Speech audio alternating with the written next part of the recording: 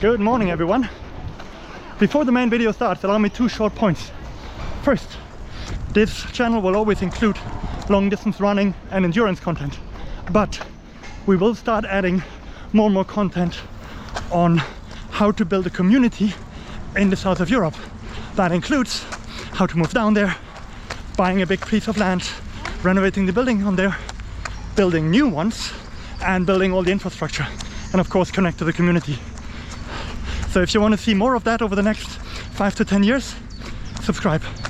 Second, this video was intended to be a reference for the members of the Earthship Academy. That means when we build our own places, we can refer to this video on top of the course guides in order to know what to do.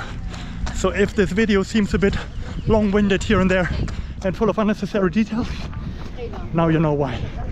Anyways, so this is it. Enjoy the video, enjoy the Earthship Academy 2024, how to build your own one.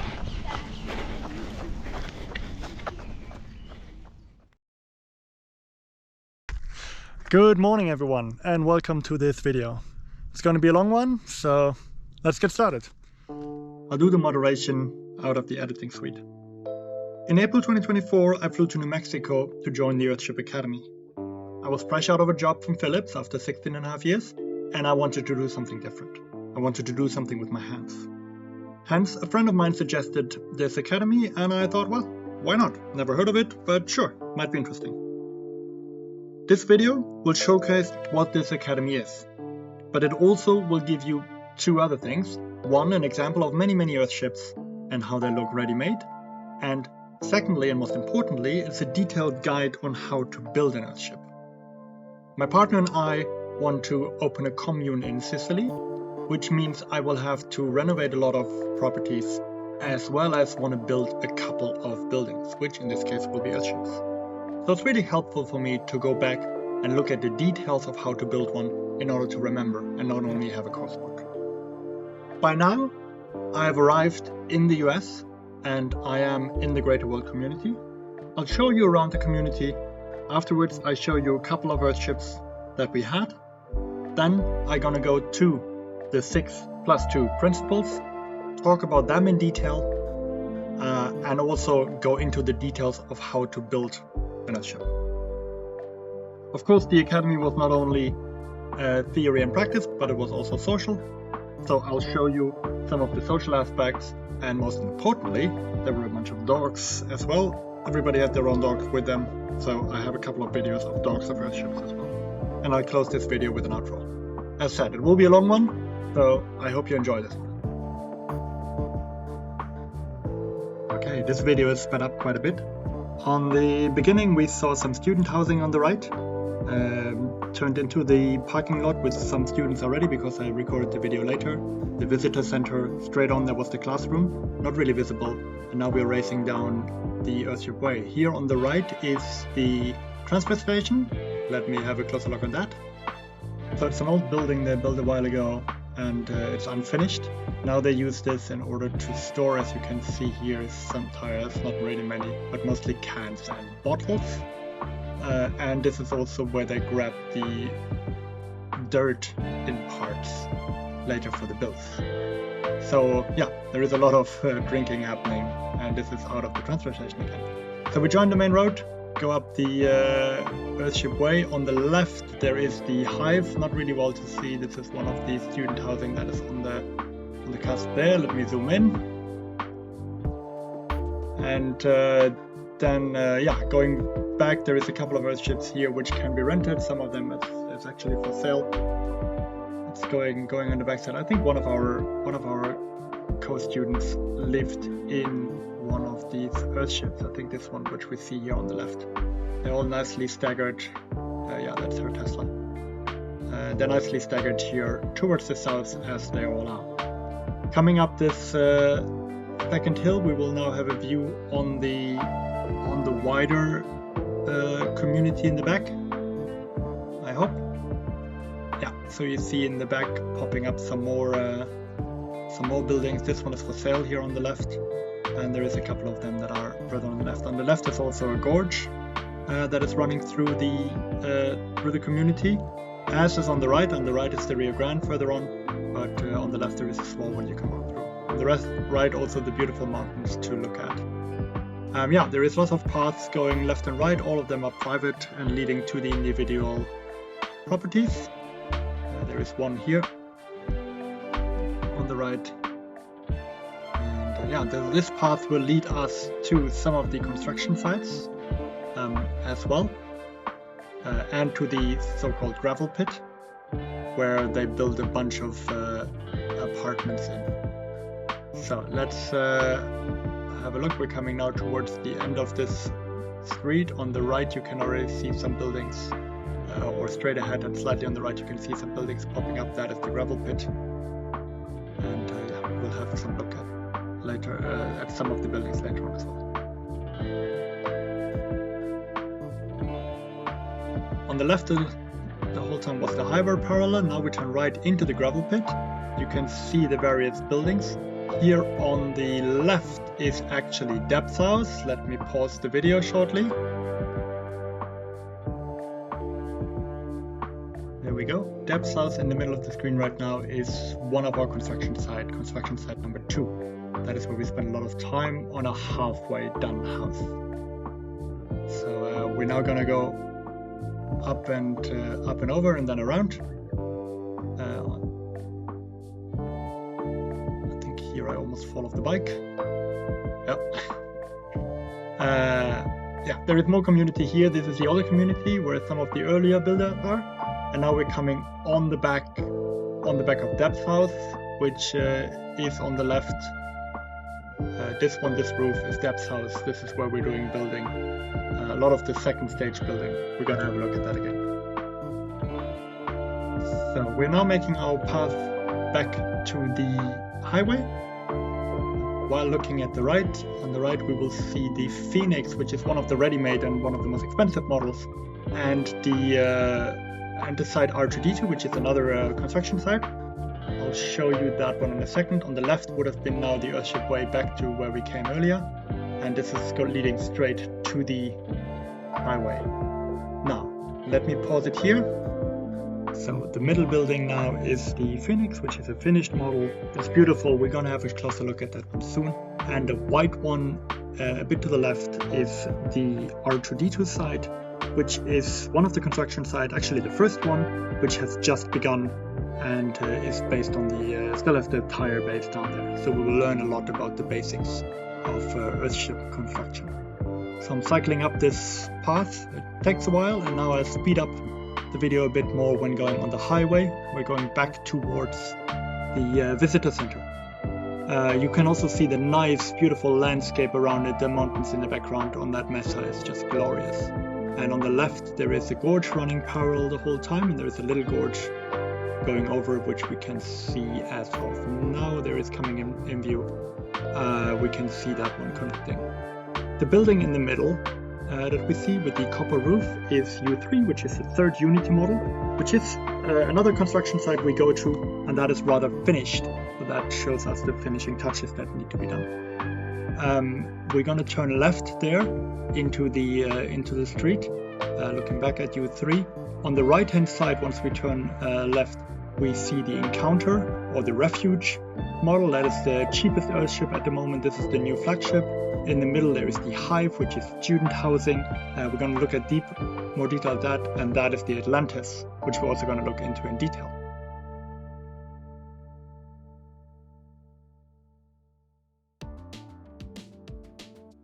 Now it's getting interesting. This is the classroom.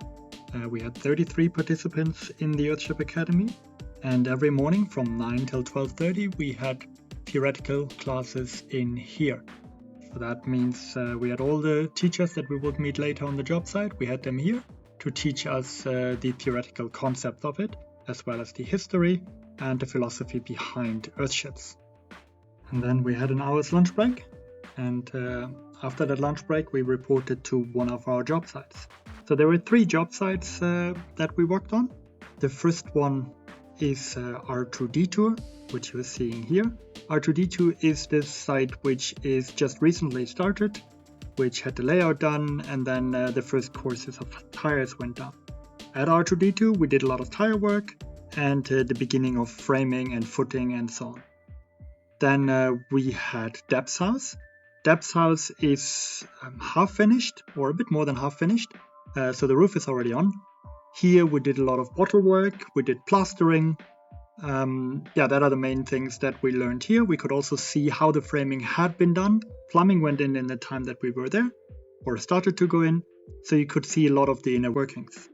And then lastly, we had U3, the third version of the Unity. This is almost done. There was finishing work, a lot of bottle work that had to happen.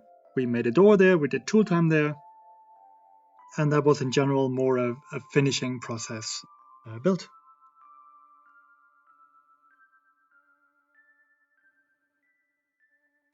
All right, we are back in the classroom.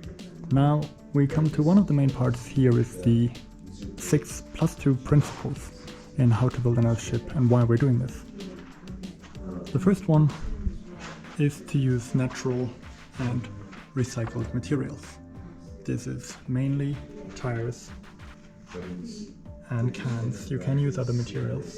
There's a lot of wood, of course, involved, so timber is important. We can use excess metal and other things that are cut off cars in order to use as well, and we use a lot of dirt. I'll show you later on how to build an Earthship actually, but these are a lot of the materials we're using. Second principle is thermal heating and cooling. That's this one. So the houses are moved to the south, oriented to the south, slightly off depending on where you are in the world. And if you're in the southern hemisphere, they're moved to the north, oriented to the north. We use passive solar. Passive solar ensures that everything gets nice and warm during the summer and the winter. So the sun is coming in. You see in high summer, if the sun is high, that sun is not moving deep into it, it's just grazing it. And in winter, when the sun is low, it pushes deep into the building. We use the solar mass of the tires and other things in order to store the heat, the earthen berm as well, in order to store the heat and give it to the building throughout the day in winter and throughout the night in winter. And in summer we use cooling tubes and other areas where there is still cool mass available to cool the building. Also we use convection to draw out warm air, draw it out to the top, and suck basically the cold air in through that. This long tube enables us to do that. Third point is renewable energy. Everything is working off solars. Usually there is 6 solar panels with a big energy storage system that allows us to do that. The power organizing module, or POM, is the one that controls all of this and makes sure we can use that energy. So let's talk about the power organizing module a bit more. I have to do that with the book because the things we have here is a bit complex and I'm not quite sure what. So let's go with the book pages. So what we have is on top we have the solar panels, partially in series, partially in parallel. Parallel ones means the amperage will go up, and series will means the volt go up. Then we have the power flows into a breaker, into a PV combiner. The PV combiner just basically combines the power coming in, evens it out, makes sure there is also an overcharge protection, overcurrent protection to protect you. This all stuff flows into the load center, which is the number 3 you see here on the bottom. This load center, together with the charge controller, is the brain of the whole thing. So that one decides where to put what kind of power. It goes 2 ways. Either it goes all the way down to the batteries. If it goes to the batteries, that is where it's stored. Or if it comes back, it can go into number 6, into the inverter. And the inverter converts DC power to AC power. And then it goes into either 5 or 7, which is 5 is the DC breaker box, and from there to the DC appliances, and 7 is the AC breaker box and to the AC appliances. Most of the house will be AC. There might be a couple of things you do in DC, but you have to see how you deal with that.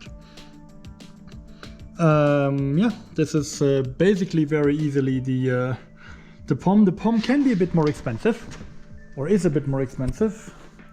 As you can see here, this is parts of the POM here. I'm not sure what is what here, but I know that these are overcharge, overcurrent protection. Probably this is the load center, and inside is the charge controller. You have somewhere you have an inverter. I would expect this is that one. The inverter converts from DC to AC, but it also can go the other way around. So you have a generator support as well, or a charging where you can get AC in.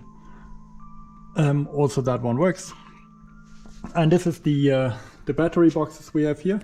We have three Rely-on batteries with 25.6 volt and 100 ampere hours.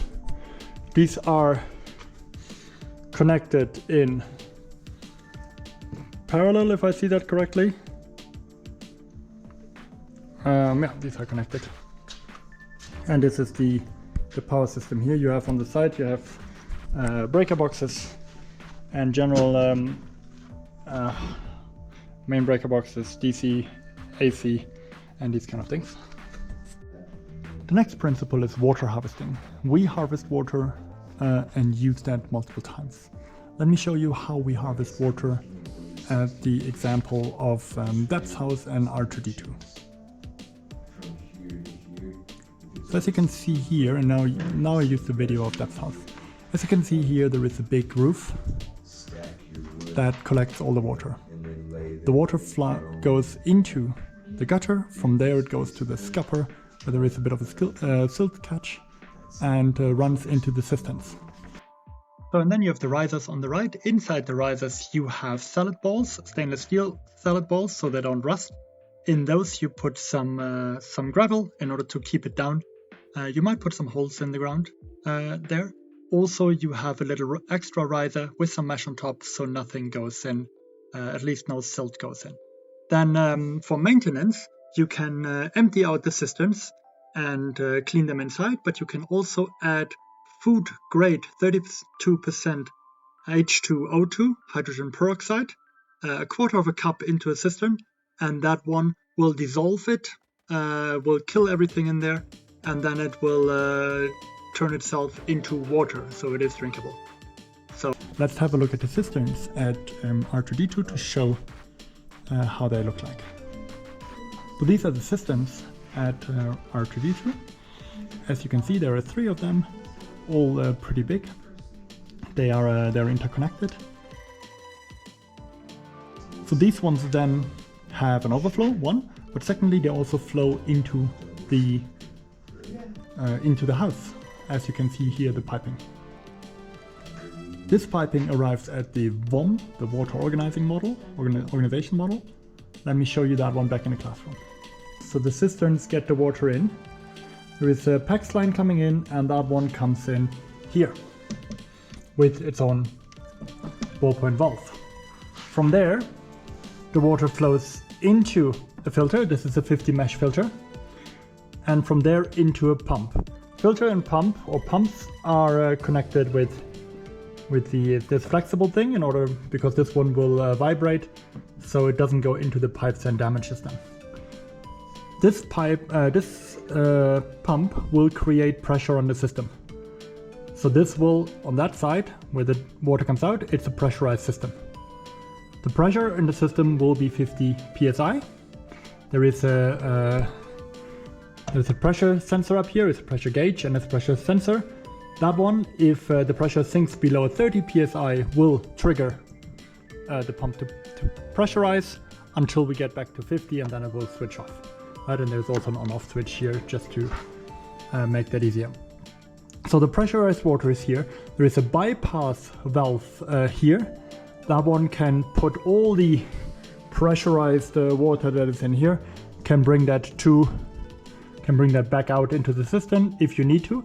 It is also used in order to prime the pump. If the pump for some reason has air in it, you can release pressure via that and help the pump suck new water in, and the air gets out. So that is a way to deal with that.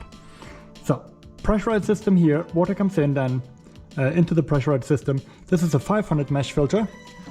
This is just for cleaning, although you just screw it off. You can screw this off and take it off and clean it. But so this is a 500 mesh filter. That 500 mesh filter protects your house, because this line here is broken, but in principle it goes in two ways. It goes towards your house, towards the cold water and towards the warm water, or the other way around, doesn't matter. You have that. Also in this system, for the cold or the warm water, will be an expansion vat, an expansion place where there is a membrane that will help you to keep pressure stable in the system. After your house, there is another filter, which is a 1000 mesh filter. That one protects your drinking water filter. This is the drinking water filter. It's ceramic, and it's used to filter your drinking water. This is the drinking water pipe then that goes next to your sink and can be used throughout the house. Right, so this is how the water organizing model works. Also here, again, this filter has the flexible hoses. Not quite sure why, but this filter and the pump have the flexible hoses around. And that is the system you're going to build. From the hot water here, you can also feed towards the solar hot water thing on the roof if you want to. That would also be one of them. And from here then it goes, and later on we get into the grey water. So what happens with the water we have? Part of it flows through all of this and is used here in the drinking filter in the end and made to drinking water. The other part is used for use water. So you can use it to wash your hand, to take a shower, and so on and so on. If you take a shower or bath with it or wash your hands in it, that water will be used again in the planters to grow food and other plants. And it will get cleaned while flowing through here. By the way, it recirculates if it's not used. But if it is used, it goes from here through another pump and goes into the toilet. And the toilet is used to flush the toilet, and from there it enters the black water cycle. So, principle number 5 is black water treatment. What we do is we use the toilet water, we run that through ET beds. That means they get, or we run this first into a septic tank, First the water runs into a septic tank. In a septic tank it gets liquefied, and from a septic tank it runs then into an evaporation bed, and from there it goes to a leach field, and this one is a leach field. And both in the evaporation bed and in the leach field you can put plants on top and grow more, potentially food if you're okay with that, otherwise at least green nature around you. Principle number 6 is food preparation. Earthships have our natural greenhouses in the front, so you can produce food there. You can use also the water from your evaporation bed or your leach field to create food. It's up to you. But food preparation is an important part. At the moment it's still at a low end, so we're not doing with it what we could, and to be honest, proper greenhouses would work better than an Earthship, but at least you can grow some tomatoes or other fruit, whatever you want, in order to sustain yourself. So these are the 6 principles. There is 2 more. One of them is community. Community is important, you can't do this alone. And to be honest, you're living close to nature and with nature and self-sufficient, so it would be good to also include other people in that and build a community. The Greater Earth community is not really a community anymore, but people is important. You care about people, we care about people. That is also where principle number 8 comes in, which is disaster relief. We can help people around the world cheaply with their own means to build something. So yeah, these are the 8 principles, and they're important.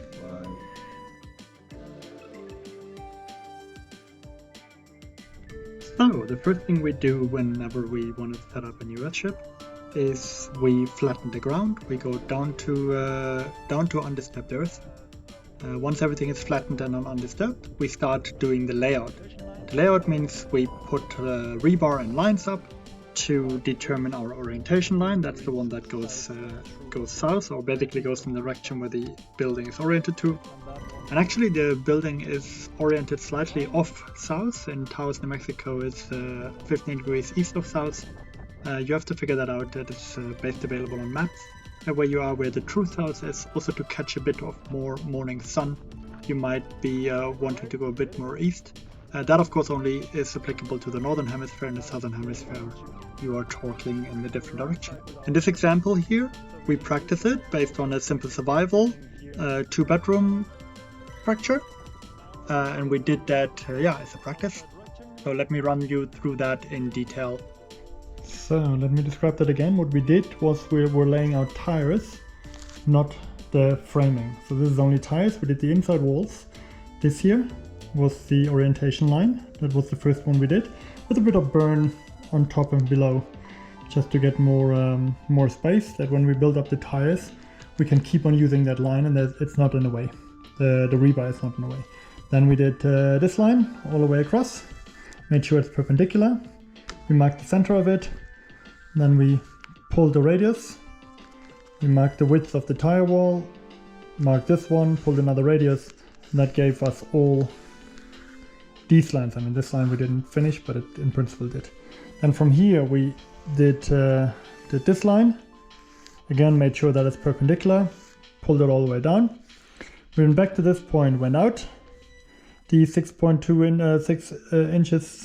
feet 2 inches. We went out also with burn, made sure it's perpendicular to this one, and went all the way around to here to mark all of that one. We went down 5 foot 6 inches, marked this, again being perpendicular, and then the last thing we did this inside line to make sure that all the tire walls are aligned. And what we can build now is we can now build the whole tire wall. We can lay that out. The pins, the rebar pins, are each time either here in the middle, not to be in the way, or on the outside, not to be in the way, so that when we burn the courses we don't have to touch the rebar, and we can keep on using that line until we are ready with the first couple of courses and we start staggering, and then these courses, these lines are not really necessary anymore. And then the next lines we will use is framing lines, which are for this one. For that we need framing measurements, which are not on this drawing, also not on that one. They're not on this drawing, and that one we can do simply with screwing in screws into the tires, and can use that one as lines. All right, welcome to R2D2. So what happened here? In the process of setting up the tire walls already. The bottom was a bit shit, so they went negative. Usually they would dig in, couldn't do it here. So you see that orange line there? That is actually the bottom row. So they went negative. I dug a couple of things in. These tire rows are the foundation basically. They sit on undisturbed earth.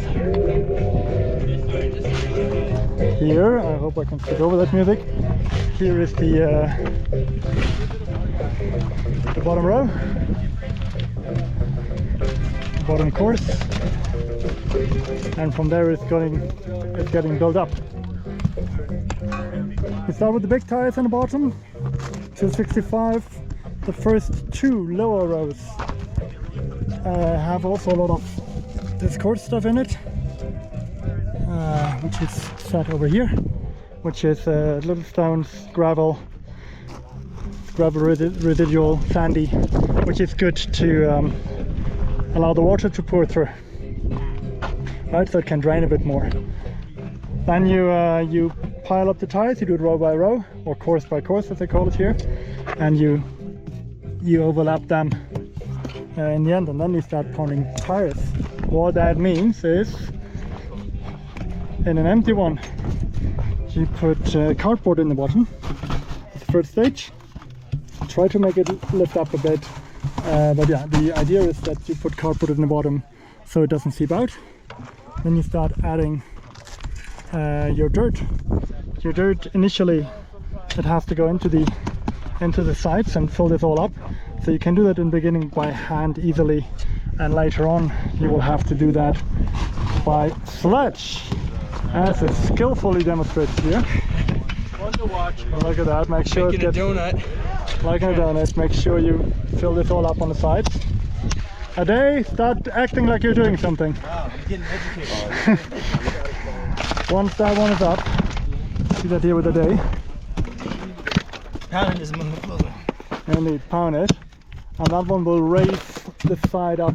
I'm trying to some raise point. this side. Indeed, you're raising this side up. Yep. It looks like now it's full already, but it's not. You can raise this more. Raise it more, so I'm gonna just. And that this one at the end gets level. This one was the first I did here, and this is where they want to be level, and they should all try to become to that level. So this will be raising up by squeezing it more. Once you have the sides proper firm, this one is not, for example. Once they're all properly firmed up, you fill the middle, stomp it down, level it out. Well, you level it out first and then you stomp it down. Wow, You see how this one comes up already? Oh, he's going. That's crazy. And that is on that, and that is how you do the tires. And there is a possibility that they will wobble a bit, but ultimately by the time you reach the top of all the courses, you want to level out. So it doesn't have to happen immediately. For example, here you see the cooling tubes coming through, usually in course 3 or 4. You see them coming through, and that will unlevel it. Higher up, then you will try to level it out again. And that's what's happening here. Further details to follow.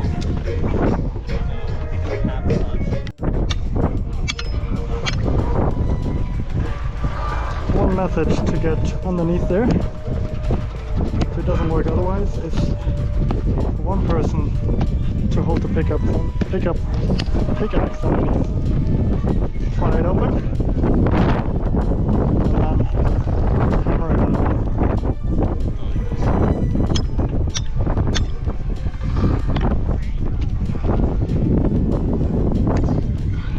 There you go, and now you see how the hammer goes underneath. That's really nice.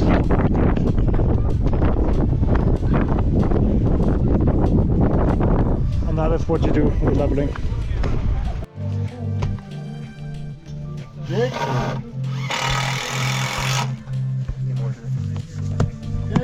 that's the way to pry it open and put some dirt underneath. If the Adam approach is too difficult. So if you're young and strong like Adam, you do this. Well, I cheated. We had that pickaxe. Really? Line down, by the way. Yeah. You take down the line. No. Once the level, you stop the top.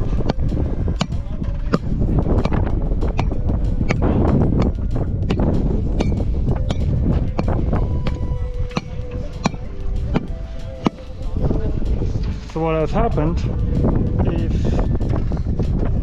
it is more or less level in itself. And so this one's a little off. What he's gonna do is check the tamper. So we're gonna raise that level string one tire, man. Yeah. And then he said the way it works is that this tire should be should stick out 3 inches further than that one, That's and the then better. it'll be level. That's the better, indeed. Indeed. And it's level here within itself. It's not. Getting close, it's not. So you have to still decide here. And he said this was getting close enough. So that's why I stamped this and he went Well, to perhaps that one is too high. What we're gonna do with that. I think we're probably gonna end up filling this one all the way. No, but if you check it in this here, your tire as such is level to this one. It's just that one here is too high. Yeah, and so I think he was... Next point behind here, 4 feet behind the wall, is the thermal layer to keep the rest out. This is also 4 feet deep. Any other insulation shit can also go in here, which is really good in order to help out. This is where the berm is going to be later on. So there is a trench. Kevin is digging a trench.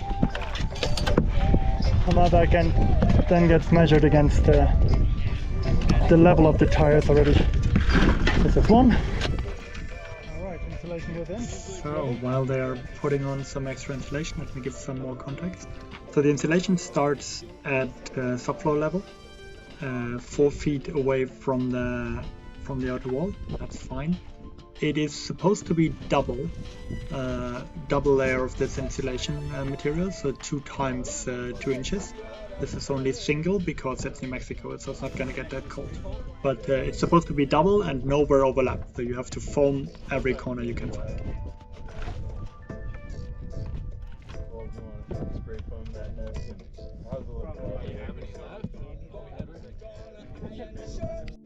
They don't have a 4th floor, the floor they usually don't have.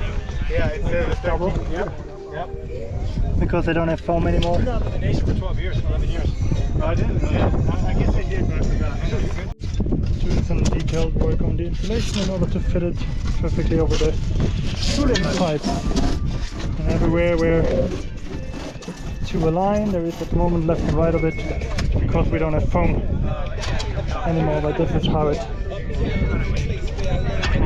stabilizes.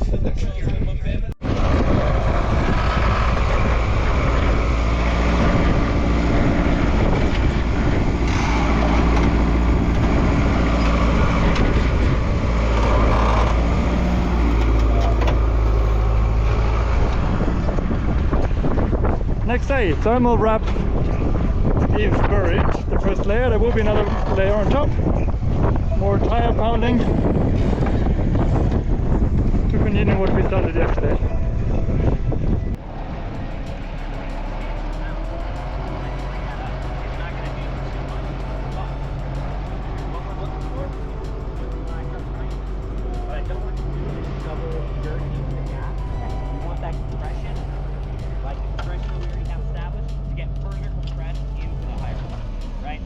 Otherwise, it's just fake fill. I'm gonna hold it here.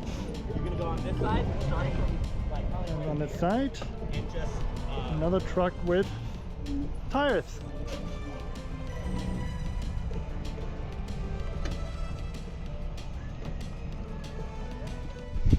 So these are the cisterns I put here. Carried yesterday. 3 systems. Currently just with the caps, no risers on yet, because we don't have enough dirt yet. There will be insulation on the inside, and then they will be connected. You can already see here some pipes going through and going down. I've put on a proper bed of gravel that has been dumped, has been fixed. And this is it. There is no holes in yet, but this is where they are put. And hopefully today they will be partially connected and then going in. Alright, it is a couple of hours later. I'm back, and there was some plumbing done today. You see the risers on top? This is where the top of the berm will be later and where the rainwater will be caught. Then in the bottom here, they drilled a hole in that, put the connections in, the connection pipe, put gravel underneath it, a T-piece, connected this with some PVC pipe connector and some extra things, so this is stable so this doesn't sink off. Put some rebar in so things doesn't slide to the side, and then they connected this to the thing that we had before, and here it runs then into the house, which we see far below. Also here rebar, because here is just one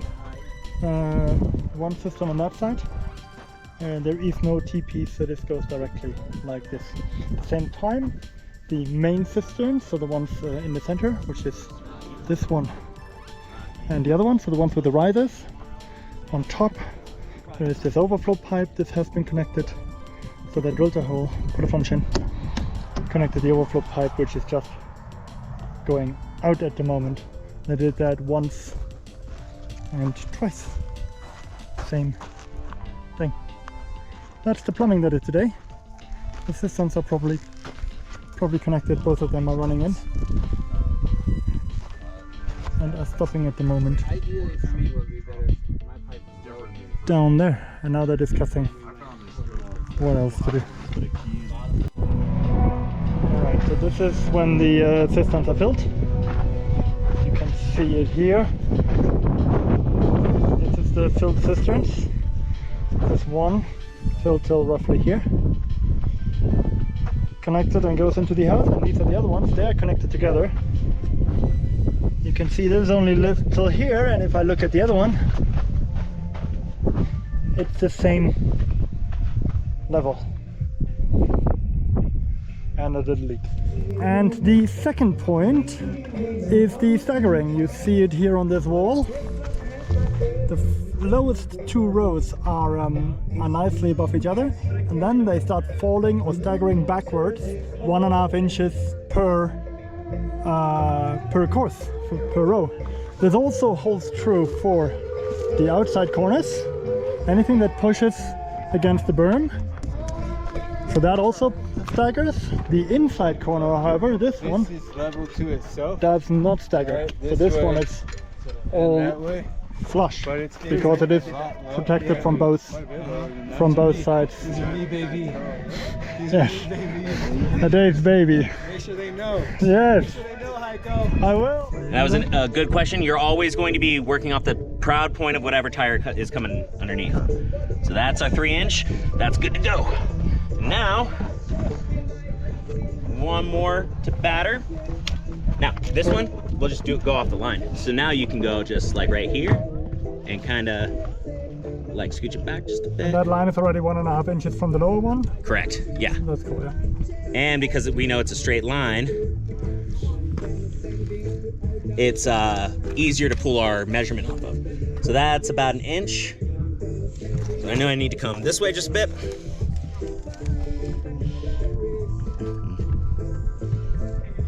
I think we're gonna call it there. So, And this is now a gap in the layout. That will be a squishy, as I call it. Right, so there will be a tire squish in here. The squishy just goes in after everything else is pounded and ready and baked at the very end. And then you try to find something which is this distance, maximum as the inner rim. Then you should be able to squeeze it in. So next day, as you can see in the central foundation row here, or burn courses, there's a couple here. For example, there's 3 higher up, and then there is a gap, and there is 2 tires on top. So these are boxes, these are gaps where doors are going to come and window prints are going to come. And today we're going to prepare the foundation for that, or the... Yeah. So this is the plan.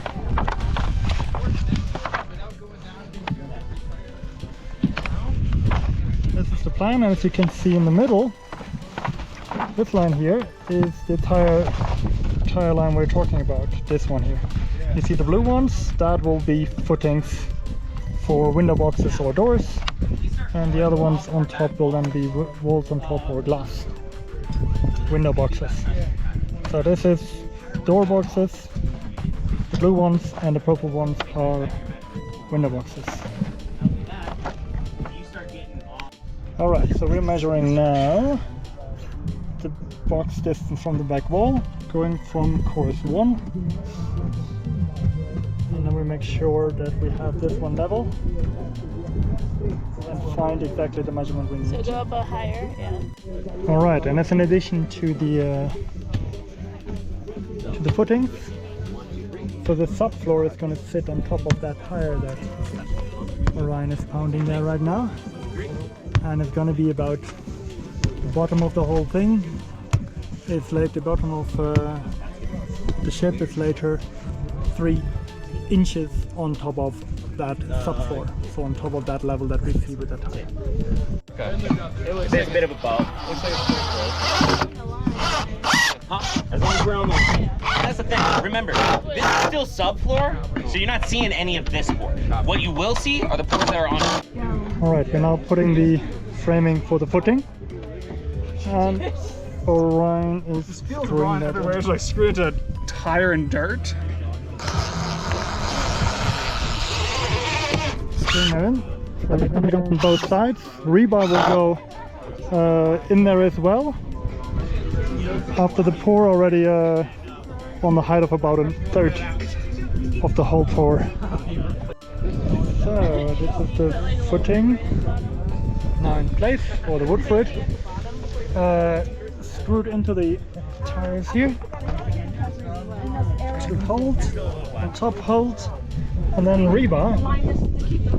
This is roughly Sure, yeah. 3 foot, Shove some 90 rocks underneath centimeters there. Totally fine. pushed in. Let's also get some toenail screws This at is the like bottom. 20 centimeters Make sure that bottom doesn't scoot out looking from out. underneath us too. Just into the tire, kind of. The rebar is painted with anti-rust and it gets staggered, so the first one goes a bit to the left, to one side of the middle line, next one a bit on the other side in order to give it more strength. Alright, foundation work is kind of done, the frame is done. We nailed rebar, painted rebar, 3 foot long, painted it and drove it in. That one has to go through tires potentially and rocks, whatever, but it has to go down. These things are staggered, so you start here on one side and then you go there on the other side, like for in order to increase strength. Later we pour concrete into this, and while pouring that one we have to agitate it, vibrate it, whatever, in order to make sure that air bubbles and other things are not stuck to it. This thing will pour until the height of the tires, which is our subfloor height, and then later on everything else goes on top of that for another 3 inches as mentioned. Alright. In preparation for the footing, let me talk about concrete, plaster and adobe. Concrete and plaster is very similar, with the difference that concrete has to be more firm because that will be used in the footing. Plaster is basically concrete that you put on the walls later on top of the tires in order to make the walls nice. Adobe goes on top of that one. Is usually done then with mud or adobe. For concrete, you use concrete, plaster and adobe. You always use half a bucket of water in the beginning, and then you add more water as you need it. So to get the right consistency, you add for concrete you add 3 buckets of gravel, 2 buckets of sand, and 1 bucket of Portland cement. Portland cement, a bucket is basically half a bag. We have 95-pound bags, so half a bag is usually 1 bucket. That you use then later on with the gravel. That is the aggregate which keeps everything together, and that is used for the footing. For plaster, which goes on the walls, you don't use gravel. You only use 3 buckets of sand and 1 bucket or half a bag of cement, and 2 hands full of a pinch of fibers. I'll show that in a later video as well. And for adobe, you use 2 buckets of sand and 1 bucket of clay, which is the adobe, and 2 hands full of straw, ripped into small pieces. That keeps everything together. I'll show you that in more detail, and then you mix it in a mixing machine until you're happy with the result. Let me show you how that should look like then. And that's all I put in. It's still way too wet. Yeah, we have 2 buckets in so far. We're going to put the cement in, and I'll add 2 buckets. Yeah.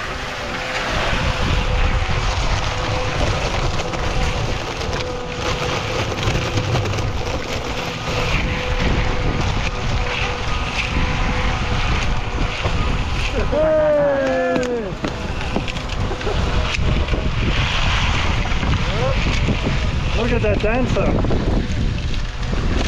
If you ever get sore, way to lift the bucket, one safe way, just over the shoulder, just like that.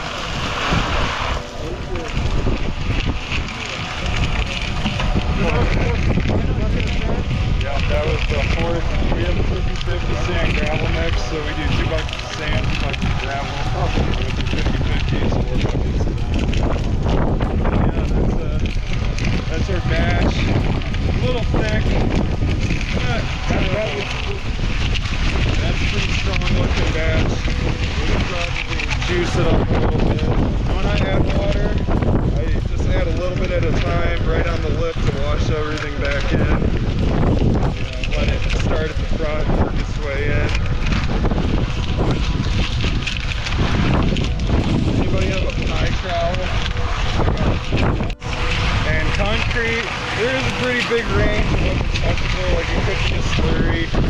could look like this, where it's got like a pasty feel to it. Especially when you're starting at the bottom core, you're gonna want to make sure it's not soup.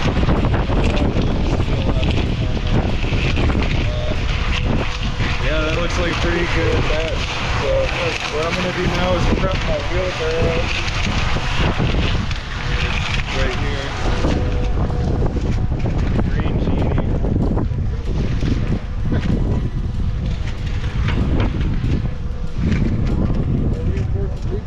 Yeah, one of my colleagues, Noeen, he did the welding and the rebar bending. He's the real artist. A few of the buildings here have some rebar art that he made. He's a real talented builder and he's an architect. He started a company called My Economy. Pretty similar to what Earthship does, but it's like in Europe and the Middle East. And it's nice that, you know, this concept is spreading around. Yeah, I like to, you know, if you're doing it by yourself, you kind of, you know, lean it a little bit. It's good if you have someone to make sure it doesn't just tip over. You want to dump it slowly, and you know, you don't want to go lift it all at once because it'll all just fall out. The mixer will fall down. Yeah, I'm just going to slowly.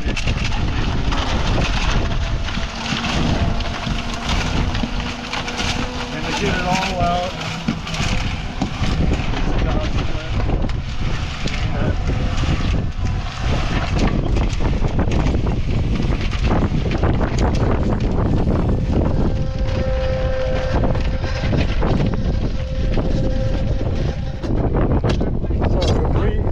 pre-wetting everything? Everything that comes in contact with concrete would get wetted? You want consistency. Too much water is not No a good thing. puddle though? Too much Because water that's too much.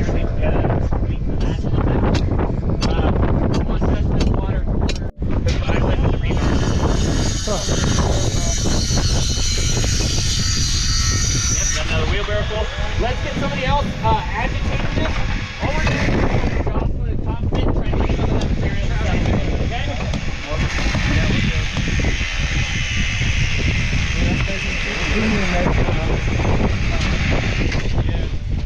So lifting the rebar, agitating it, so it stacks properly. And the rebar is raised a few inches off The the top. rebar is lifted slightly, with the dot at the end, so it's lifted on these dots. And now we just fill it up and keep on agitating so it all compacts properly. We gotta use our side.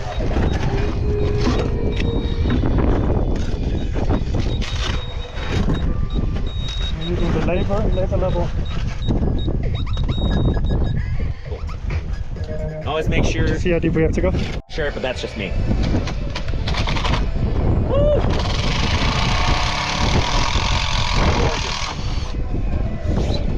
Yeah?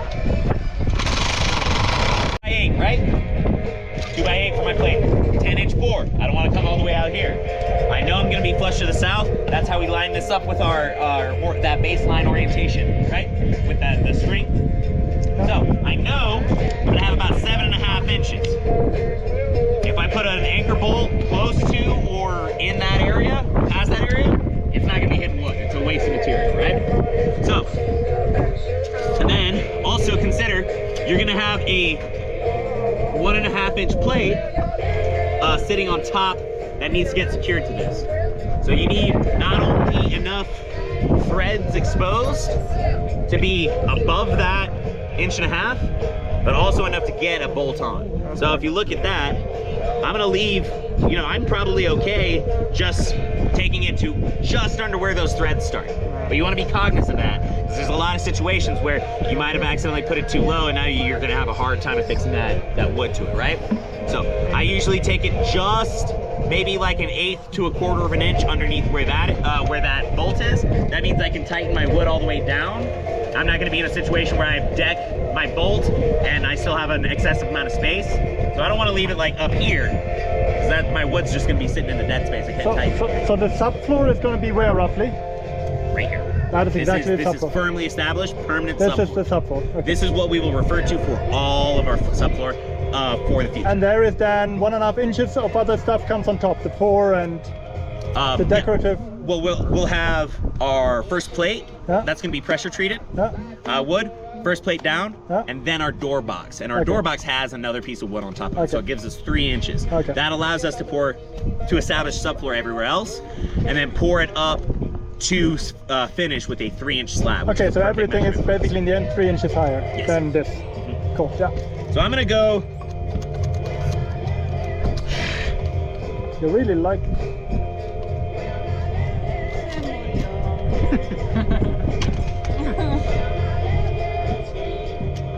I threw that for dramatics. I'm gonna pick it back You up. really. You do regret that. So I'm gonna go about 2 inches in because I'm gonna have a washer and a bolt that's attached to this. So I don't want to, right on the edge of where my wood is. But right? this is not necessarily plump.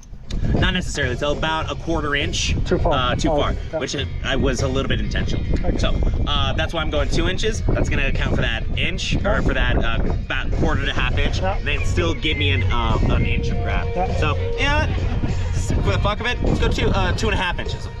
Yeah.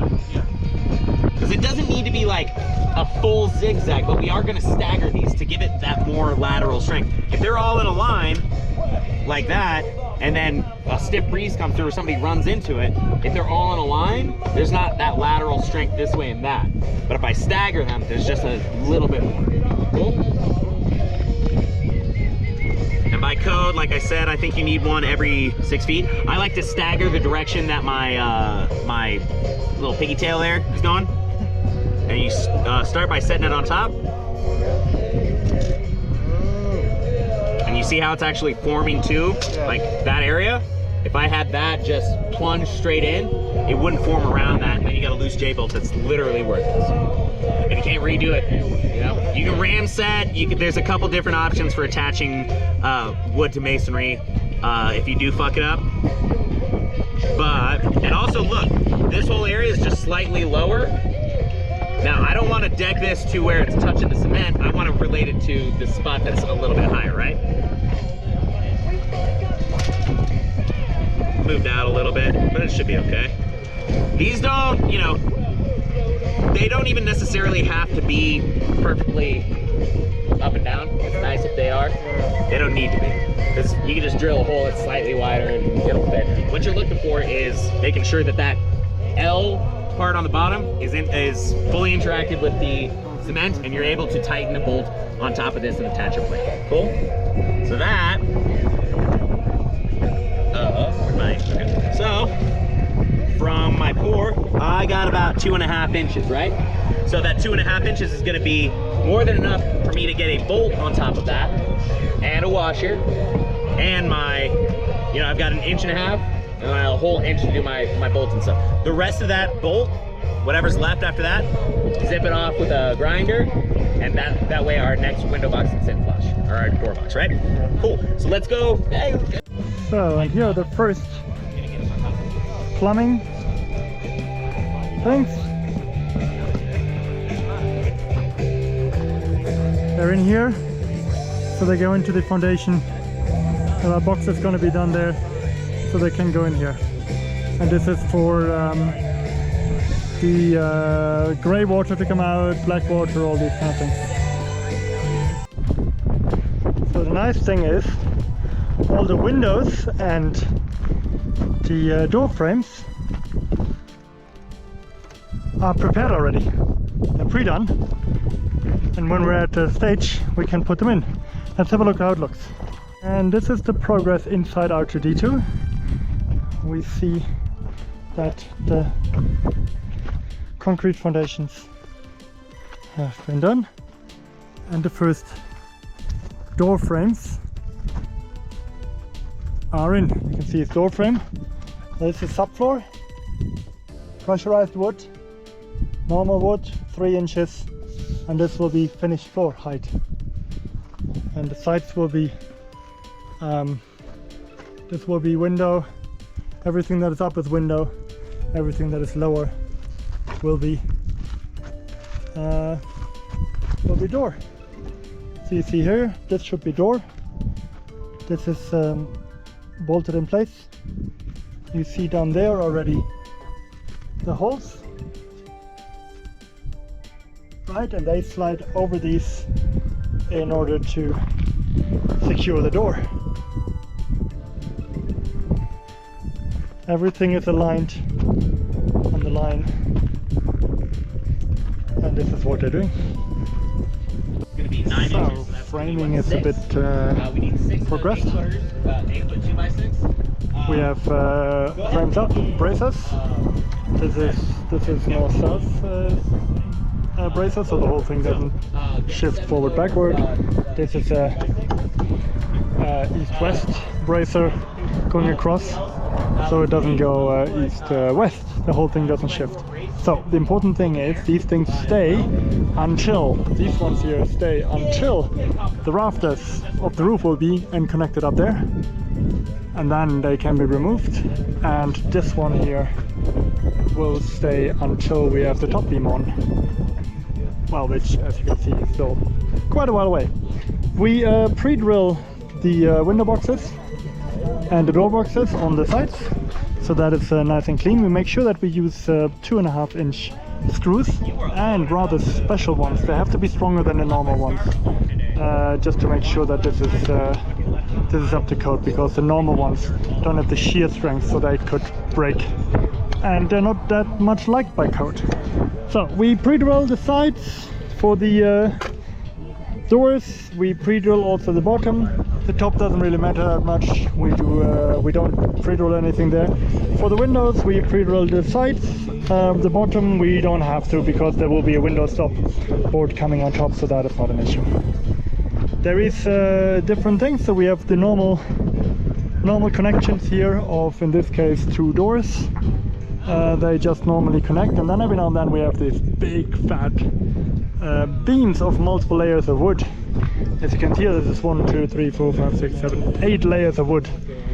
That's humongous. What we can do here is we can fit light fittings in here, light switches. That's one good use of them, because they have to be away from a door a certain length.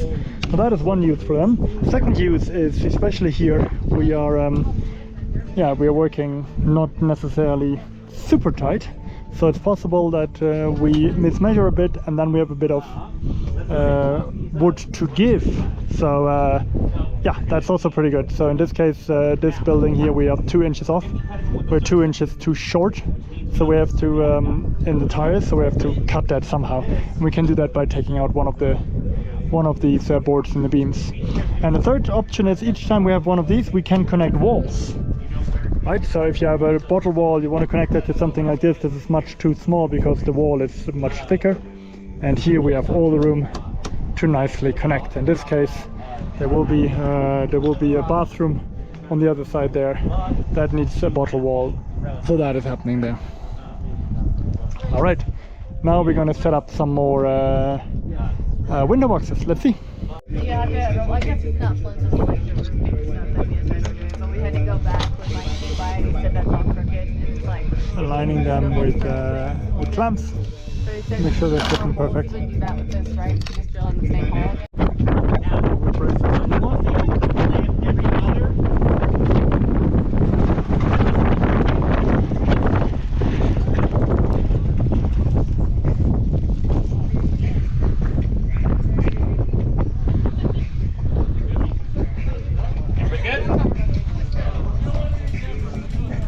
Okay, So, sorry, what were we talking about? Bracing. yeah. Now, what you don't want to do is have this brace on this side, because I'm going to put another box up right there. I just have to move bracing. You know what I mean? So, make sure you're bracing from the inside. The unfortunate bit about that is it's going to send a couple screw holes into your finished wood. Sometimes you're just going to live with it. You know? Now, for connecting it to our rebar now. Around once, that usually will come undone. So I usually like to do it a couple times like that. Got one screw there, another screw here. Give yourself a little bit of space. Now, that is going going to allow me to screw into my wood, and with that that piece of rebar right there, it's going to hold it to my rebar. Cool.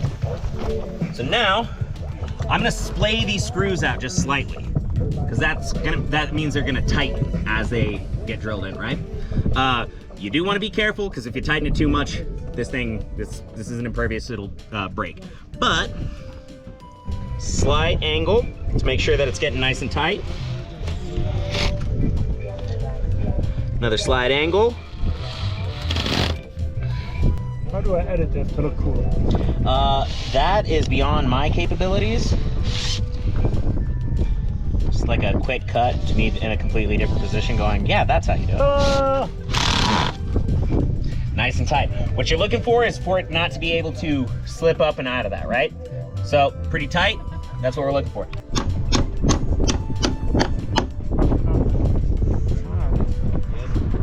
All the holes are pretty good. Got a little indent. We're hammering it tight using the triple ceramic screws to the back. Brace everything, align it, and that will be the wall.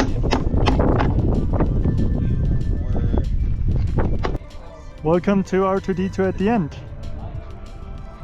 This wall is higher with the framing in place.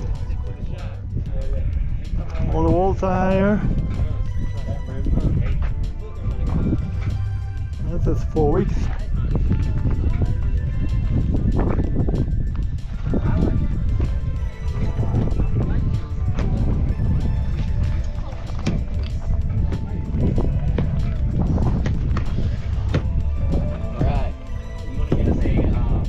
Okay, let's talk more about the roofing.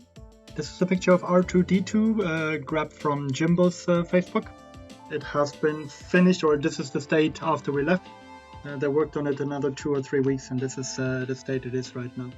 You can see that on top of the tires there's a layer of EPDM in order to protect the wood. And then there is 2 layers of wood with rebar stakes regularly put through, 3 foot of rebar, pounded all the way in and bent over in order to keep the wood in place.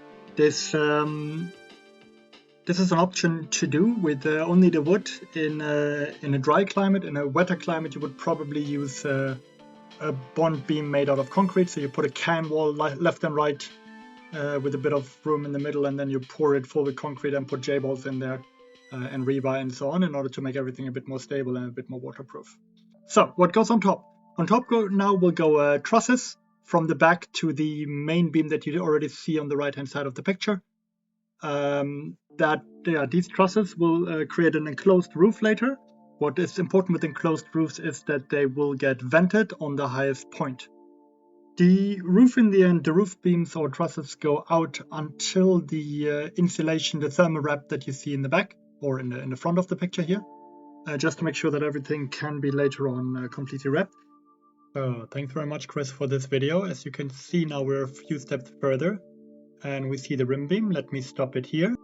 You can see on R2D2 that the rim joist is connected with just a bunch of wood put on top of each other with an overlap that we see on the right. The lowest one is the pressure treated one. Each time it's lying on a vapor barrier on plastic so that there is no liquid or no moisture coming through. That is what we see on the right, and also continuing to the left, you see on the bottom the pressure treated wood and then the normal one below that. Next, you can see the beam that is going over the middle greenhouse. So these were the window boxes we did earlier and the door boxes. Now you have a beam on top. That beam is laminated, so you see the, I would assume 8x2 wood on the bottom and 2 layers of it on the top. And then there is 2x10, as it looks like, going vertically stacked. There might be 4 of them next to each other to continue this beam as one long beam. Of course, it's overlapping where it has to be. So let's have a look at it along the side, how it looks. Continuing now on the side, you see the 2x12s lying on top. They're at the moment propped up a bit here in the middle because there is still a beam coming in the back. and then they are all lined up already. You can see how far back they go. Later on the metal roof goes even a bit further in order to then tie into the insulation that you see below, and to put the vapor barrier then also across the cisterns. And that's the current status. So we don't have ready footage of how this is going to look, hence I made a little drawing that should give us more ideas. This is from the side, similar view as what we had right now. On the right hand side you see the tire wall coming up with the bond beam on top, made with 2 can walls left and right, a long slab of rebar, 3-foot rebar painted against rust, driven into it, and then extra rebar in the main area where the concrete then sits in the middle of the can walls. Next to that we have the J-bolt, which is coming up, and the J-bolt is holding, is going through a tracks or pressure treated wood, and then screws that one in place, then gets cut off at the top, and then there is normal wood that comes on top. This is all 2x6 wood. And then we see a shim created on top that has the same angle as the roof beams have, or the rafters have. That is what you see on the right. On top, running across, is the rafter, which is a 2x12 that we just saw in the other picture. And the blue around it is an EPDM or vapor barrier. That vapor barrier you can see is underneath the tracks or the pressure treated wood directly on the bond beam. That also makes it easier to apply, so you just have the vapor barrier on there when you put the other ones, the J-bolt through. Then the pressure treated wood on, or the tracks on. The end of the rafter is a 90 degrees angle, and there is a wooden board nailed across it, or screwed across it, across the whole length of it. Then that is the blue. You see the EPDM or vapor barrier pulls all around the rafter, and then goes on top. There it goes on for a couple of feet, and then it turns into a felt paper, which is the vapor barrier. So basically this whole rafter is enclosed, or the whole closed ceiling is enclosed with a vapor barrier, which also dictates the need to have ventilation on the highest point. Coming to the pink in the wider picture again, on the left you see the thermal wrap. This one is also with a vapor barrier. The one we used in New Mexico had it already on it, so it was not separate. So you can buy them ready-made with a vapor barrier on, otherwise you have to put a vapor barrier on the outside of the thermal wrap. The thermal wrap or the insulation also pulls up to the rafter, so you connect the rafter to the thermal barrier directly to make sure you don't have a thermal bridge. And this is a 2-inch rigid installation. You see that also running on top of the rafter all the way across. The thermal barrier in the insulation in the back is held in place with a rim joist. There's another piece of wood that is nailed through everything right into the rafter. And on top of the roof you will see purlins every 2 foot or so, apart from each other. They're running across along the whole roof, in order also to stabilize and help to put on the metal roof later on. By the way, this is not really visible here. The rafter also, of course, has OSB on top, so everything is stable on top there. Between the purlins, you also have rigid insulation. The best thing, of course, is to buy it that it fits nicely inside, and the purlins are also nailed into the rafter directly. At the back you see some more EPDM. That is the first one, connects down to the vapor barrier of the thermal wrap, and the second layer goes out and over the cisterns and makes sure that there is no water that can accumulate between cisterns and the vapor barrier of the thermal wrap. And on top of all that is then the metal roof. This metal roof, we used a pro panel in New Mexico that get nailed into the purlins and in place. That is how the roof setup roughly works. Important to note is that the vapor barrier and EPDM are properly glued towards each other, so they are overlapping slightly and then glued with a silica glue that can be used, that is specifically made for these kind of projects. The roof itself is then insulated with batt, so that means between the rafter you fill it with batt insulation. You can also use wool or fabric or paper. There's many materials you can use, but make sure that you have it properly filled with insulation. Alright, this is Deb's house. The development is much further than where we were until now. You see a temporary solar array, that is this one. It's already here. The berm is up, the roof is already up. And in the back the cisterns are in. There's 2 cisterns behind the house as far as I can see. The tire walls to the side, partially packed out but not finished yet. And here you can see the front is in, which means the glass, the roof, the window boxes are in, the windows are already in, the beam across is done, and the roof is on top. Front already, also the tire wall has been partially with chicken wire and then concrete on it. So that is drying out. Inside with this double greenhouse, the frames are there but it's not worked out yet, and also the water things are not built yet. Inside we will see later the can walls are up on top of the main wall. Adobe is being prepared on there. Electricity is in. You can also see here electricity is coming out. At least the boxes are here. Nothing in, not much in here yet. Are there cables in? Yeah, there are cables in, but they're not connected to anything yet. So yeah, insulation. This is the door box, door footing, everything solid. More tomorrow.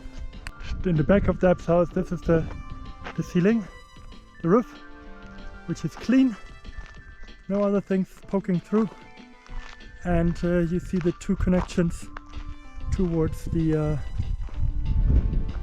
or you see the 1 connection towards the 2 cisterns.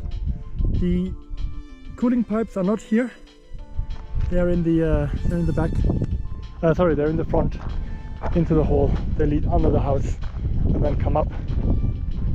As long as they're long enough in the ground, that should work. This is the door boxes and the window boxes. The door box, the top of the door, the foundation, the footing of it is subfloor. So this level here, that one there, is the subfloor. 3 inches on top of that, which is roughly 5 centimeters, is the real floor, which will be this. Right, and the window boxes come up a bit higher. So, and this is now the inside. The next stage of the build that we did before. You see here there is wood on top of that. It's anchored in place with the J-bolts that we did. The window boxes also anchored in place with the J-docks. That's alright, once I'm done demonstrating, we can borrow these. Electrical work is in everywhere. So you have the conduits running around. I'll show you over there. So you have the switches, the conduits are running through the ground and everywhere where they need to be. All of that is there. Ceiling is same, cables are done. And there, the I forgot what the name is. These ones are also in, already in port. 3 by 4. Step number 1 is anything that's like over a day. So let me grab a screenshot from Jumbo's feed once more. Here you see one of these buttresses, or actually you see multiple of them as they look once they have been poured, at least partially. You see the foot is poured. That is the 2 foot wide base and 3.5 foot deep footing of that buttress. That is poured. That will be later underneath subfloor or on subfloor, and then the casing for the rest of the pour up, which is in the bottom 2 foot and then the top 3 foot wide. That is due to the batter of the tire wall. And with this picture now you see how it gets poured then from the top. Of course, this is rebar reinforced. Alright, so this wall had, the interior wall, it had plaster first, concrete, and then after that one only the adobe. It's density, right? It's density, so the denser material, which is cement in this case, or mortar, and then the adobe afterwards.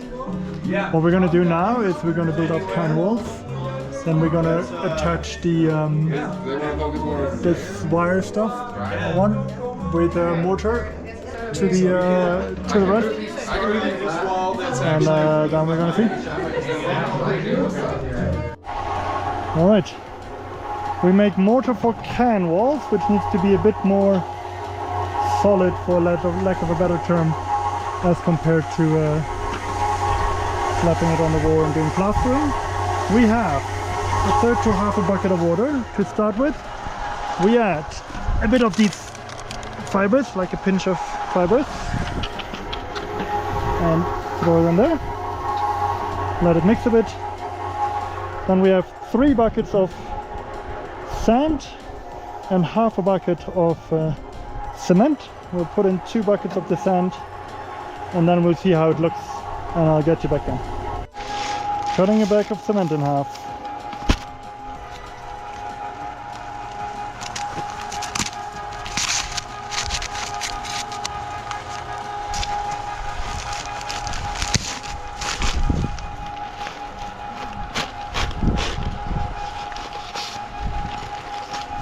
There we go. Looking in here, it looks a bit dry. So we're going to add a bit of water, tiny bit. Alright, what we see now is we see the back. So it's coming loose, and in the front we see slight bubbles. And that should be the sign we're good enough for the concrete powder.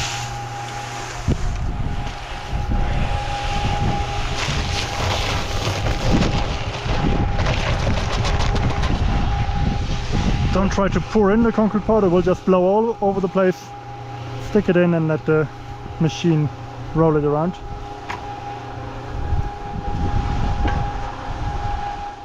So this is now a bit later,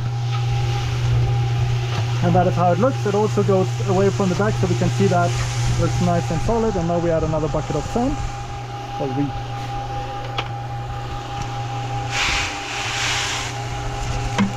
Now we start to look what it does and add water as needed later in order to get the consistency we want. So after a bit of mixing, we see we still lack water to get the texture we want.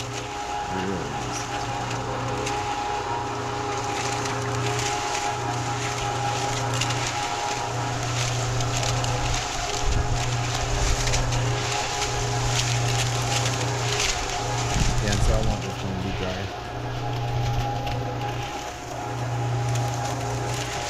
So that's good. It is mesmerizing. I could take some mushrooms and just look in this for an hour. Yeah. So next day we do can wall this morning. As the other ones, because it's dry from yesterday, we're going to wet it up a bit with a sponge with water, and then we're going to do a layer of mortar on there, which we have here, and then we cramp some cans. We grab some cans and we put them in there. Here we go. For the can wall up there, putting these ones up. Sorry. You see the nails on the side? There's nails on the side in order to stick it in. Also, this one has been wetted up like the Adobe. The cans get squeezed. And it's gonna basically be normal size. So you have one ridge that you make, and the other side you make slightly flat in order to halfway triangle shape default. And then we set Go for it. these You ones go on to the top. bathroom really quick. I'm gonna let you. No can touches another can, no can touches wood. They don't have structural strength, but they create this honeycomb structure that we want to have. So you're making 1 or 2 layers, and then you move onwards and let it dry a bit so it gets stable. So, and this is the mortar on top of the can wall, massaging it in, creating the first layer there.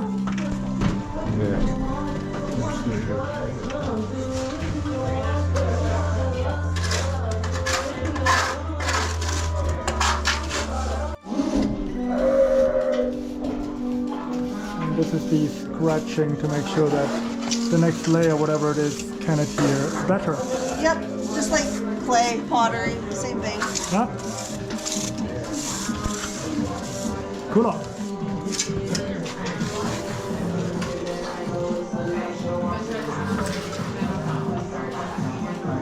Assembly line. Yeah. The line of this. Sorry. That was a bad one. Failure on camera, very good. Okay, now we know Reba's standard of work. Done nothing else for 15 years. Alright, so we're doing the plastering of the can walls. That means on top. We go to the left. That means we squeeze more material in on top, and then we try to bring it out to the proudest point, which in this case is that one here. The rest is all a bit further back, and then we try to make it halfway smooth. Not the final one, but halfway smooth. There's a couple of techniques to do that. One hand is a bit difficult, so you can take that scoop by scoop. Hello. You can do it scoop by scoop. Fling it in there, or directly smear it on and make it go smooth. Important is that everything goes up. Wait, or I'm tall but not that tall. Or you can do this. Zigzag, zigzag. And move it up. Always upwards motions. The idea here with this one comes back, and you hold the fork, which is that big thing, against it, and the towel. If that one is bouncing back, you push in with the hook, which is the big one. Push the trowel in, hold it, then you can move the hook away. Yeah. And then you can ziggy zaggy ziggy zaggy. Good. So, hopefully enough explanation. Let's see. Yeah, we gotta try this shit out before we come here. So we built a dog house, like an Earthship inspired dog house. Nice. So like this, that's not your it's fine, right? It's fine. It's about, yeah. Nice layer in there. About 3 minutes something.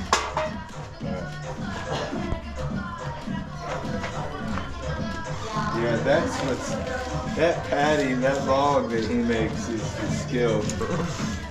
Seriously. You can roll it up on your Right? you know? And you notice it's just like maybe an inch in or a half inch, and then when you press that next can row in, it seats down the It front. pushes out. It pushes out to where you want it, yeah. Alright, should I wait? No, you're good. Go ahead and start laying. So then you want to line it up, eyeball it, and just press it down. And then you want, by keeping it narrow like that, it pushes out and it's still within the surface, so it, right, and that actually looks, it's not bad. Okay, cool. Is there any reason why there is nothing here? There's a rebar there.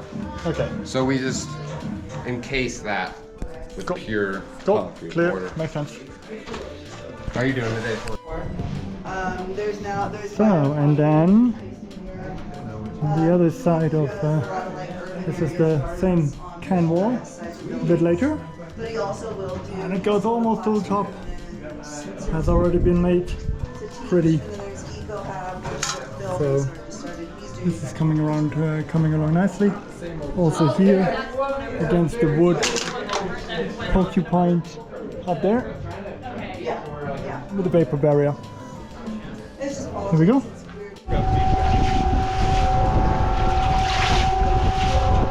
So we're doing Adobe, third of the bucket.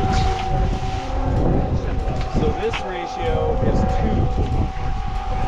2 sand to 1 clay.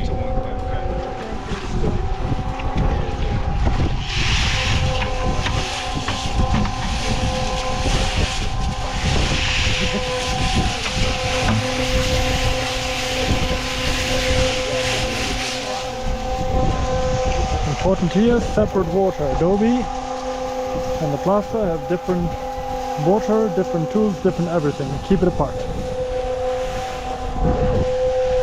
So like I told you before, I like to see the bubbles in the front. Not with Adobe. That's too much water.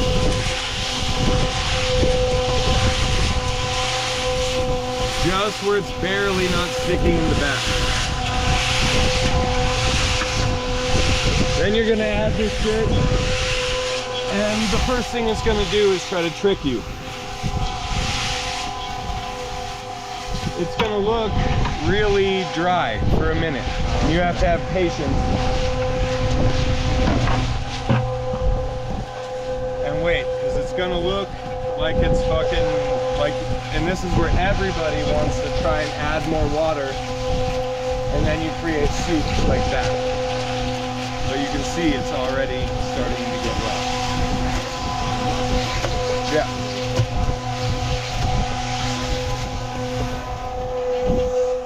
So ratio is 2 sand, 1 bucket of clay, a third of a bucket of water separate. It has to be separate water, and a big double hand of straw, which you break into more little pieces and you throw in. 1 scoop, 2 scoops,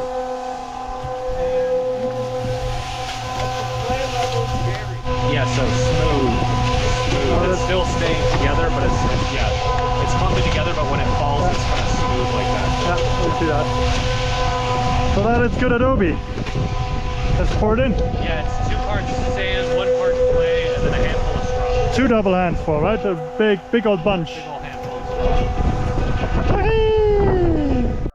And this is how we get the clay here, because the ground naturally has the clay in here. That is how this is done. So we push it through here to receive, and that is the clay that we use for the Adobe. So before working on previously dry material, we have to wet it up again. That holds true for concrete and for the Adobe mixture. fucking boost the shit out. Alright, cool. Slide it on there indeed. You slide it on there onto the big one, then you make it halfway a circle. Yeah. You can definitely, a lot drops off. You really gotta. Okay, and then you put it in the indentation to where it's low. Yes, where it's low, but you gotta you gotta go up with it, because it will You come can off. do that. You can slingshot it in. You can, yes, indeed, you can do exactly that.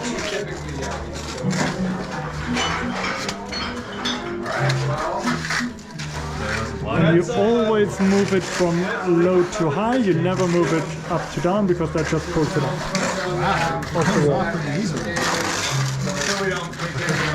Are you telling me that the people that are doing that for a while already make it look easy? Yes. Shocker. Shocker.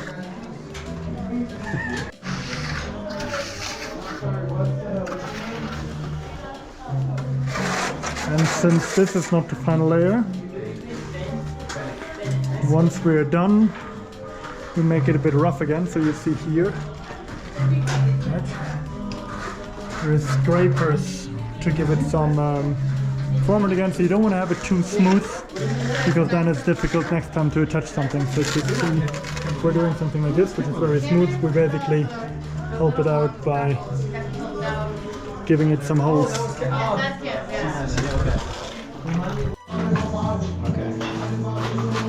I need a picture of this too, though. Eventually.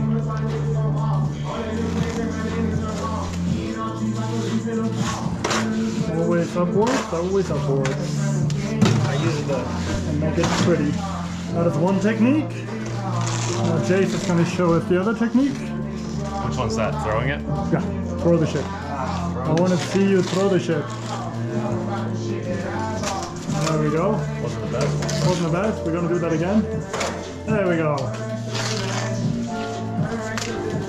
Yes, and you get better at that. And then at some point you can make it. This is the progression. Drywall. Had concrete slab on the concrete underneath. You can see this here still. This is mortar and concrete. Bit of adobe on top. That was the first layer. A couple more layers. Then we make it wet. We roughly slap more adobe on it, and then we keep on slabbing. We're putting the indents out. This one is coming out. This is our maximum where we want to be. Right, the tire front. We fill in these gaps. More slabbing, and then at some point we make it pretty, and that is what we need a day for. Yeah. And we get lots of stuff in our faces. Just trying to get this down below. And that is 2.5 hours of work.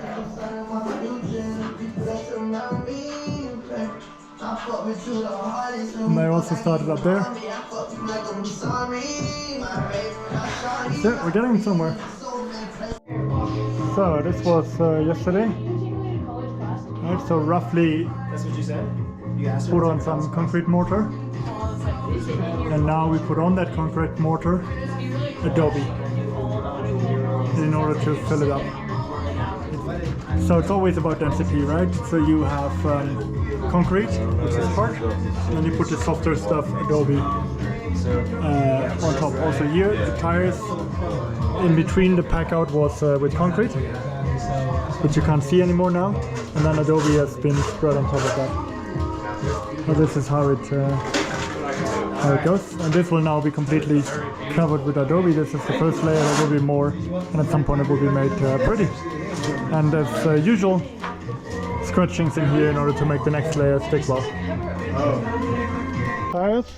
Tires, rigid foam. Rigid foam. There's 4 inches on the south face. Yeah. There's about 2 inches on top. Yeah, Then plastic as a vapor barrier. yeah, And then we do chicken wire, yeah. and then plaster over that. With cement plaster, not adobe. With mortar. Cement plaster. Yeah. Yeah. Cool. Yep. And we gotta go down. We gotta basically get it all level. All right, short video framing at Depth's house. So you see there is footing on the bottom everywhere. There is footing. The footing is a bit wider, and then on the front it's pretty much flush. I put the wood on it. I stapled the wood in order to get the level, and then I put the window frames. The window frames in. Some stabilization. Nothing special on the inside. I leave a bit of room here in order to run the electrics on, the conduits for the electrics. What do we have here? Then we have the main beam going over here. This is one beam, probably not. It's a couple of beams. Yeah, there is. You see, this is connecting. They are using multiple layers of that light. To the other side, they use multiple layers of wood to make that, so they don't have big beams. They have boards that they're doing, which is probably cheaper than the big beams. And they're just nailing them on top of each other. Right, and these are all the window frames. They're already prepared. So this part is cutout. No, that is a partial cutout. So it's not nailed on top, it's the partial cutout. In order to receive the window on the later stage. There's nothing on the top and nothing at the bottom, probably because there is no pressure on it and it's not needed. Right, but in the sides you see here there is the edge in order to receive the window, and later on to nail something on top. That is what they did in the front. In the back you see the not trusses, the beams are, the boards are on here.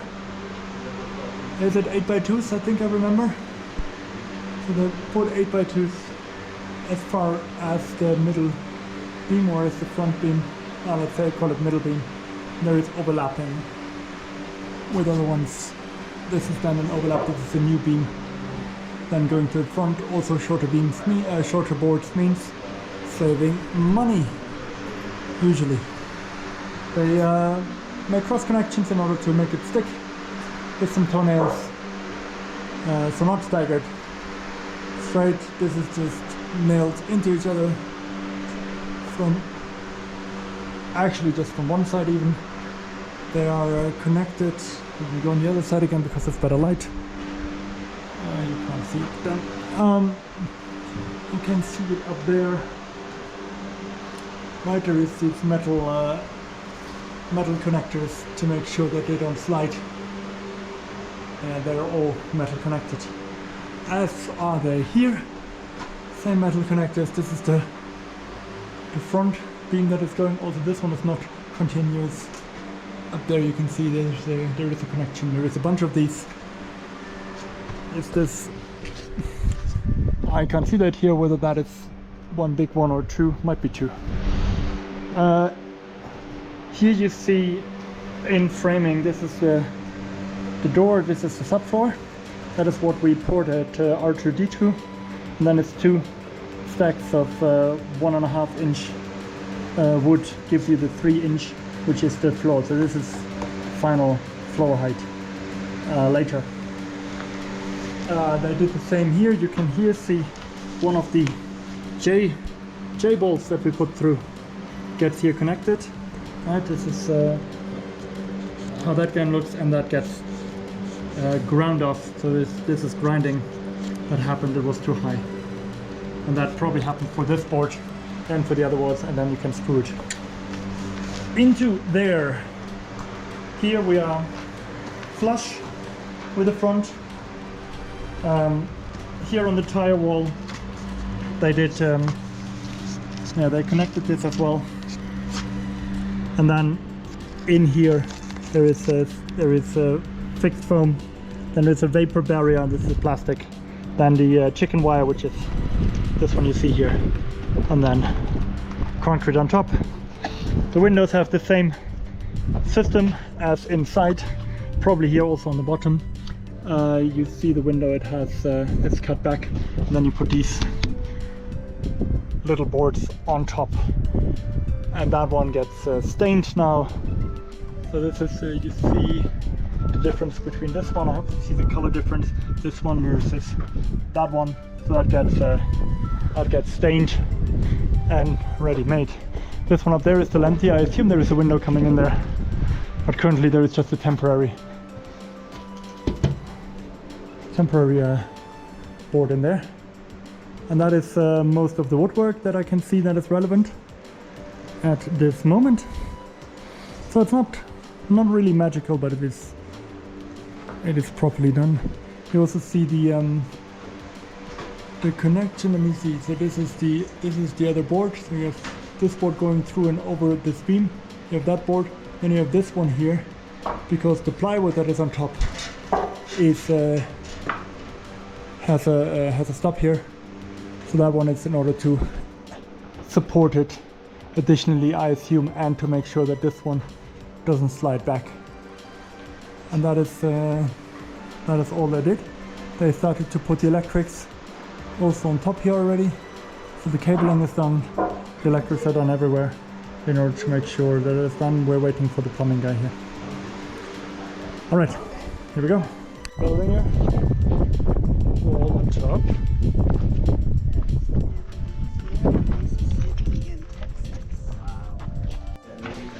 So, and now the trunching started to put the water lines through on the edge of the tire, the foundation tire.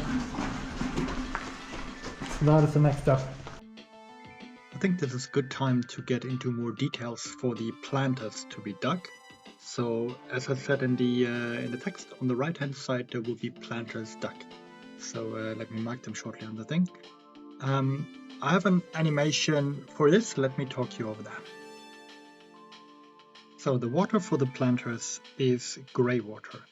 Grey water comes from various sources. It is anything that does not have biological components in it, or at least very little. So that is your sink in the bathroom, your shower, your bathtub, your washing machine. That is typically grey water. So because this grey water comes from the various sources, it has residue in it, which is soaps, detergents, but it also can have little amounts of oil and fat, and that need to be filtered out. So the water makes it first into a reception box. In that reception box, we have an effluent filter number 4 that filters most of the stuff out. Also needs, by the way, maintenance later on. And that one brings the water into the first planter. The first planter is 2 foot, goes down until 2 foot under sub level. It is EPDM lined, and it has bigger river stones on the bottom. They're roundish. They hold the filter tube in place where the water flows in. And then see from the bottom, it has gravel. It has around 2 inches of sand. And then on top of that, around 12 inches of topsoil. So you're seeing it from the bottom. The additional picture I just put in from the textbook, you also see that the tube or the pipe that holds the EF filter has in the bottom around 1 centimeter holes, which is let's say half an inch, a bit less than that, for the water to seep out into it. So you see the round river stones next to it. You see also there is an EPDM skirt on top of it, so that prevents the sand and gravel and so on to seep into that pipe. And that is the first planter cell. A 3/4 inch black nipple, steel nipple, that we file down, grind down, and then we put it inside a T to make like a cookie cutter. All right, so put the wood behind there. We made our mark, right? And then you just press, turn, and it makes a perfect circle. Right? Now, the reason why that's important is because when you go to stretch this over the pipe, you want to make sure there's no jagged edges, because what could happen is this, it can tear. Alright? So when we use something like this, it creates a nice, when it's sharper than that, it creates a very nice clean hole. Then we'll take the pipe, right, and we'll stretch it down and around stretch the EPDM over the pipe, and this right here creates your seal. Then you want to take an extra piece of EPDM, make another hole in it, same thing, same size, stretch this over there, make sure you lift it on top of that EPDM, and then you get a clamp. Now this clamp has to be stainless steel, otherwise it's going to rust, because this is all inside the planter, right? This is going to be filled with water. So we get it'll say all SS or stainless steel on it, all stainless steel. Put that on there, and then you tighten it up with a screwdriver, and that's it. And that creates your watertight seal all the way around. Alright? So if y'all want to make a hole, see what it feels like. So this first cell, or planter, is slowly filling up with water. It is connected with a number of other planters in the house, in the Earthship, so that the water can be distributed over all of them. It is a couple of inches from the ground.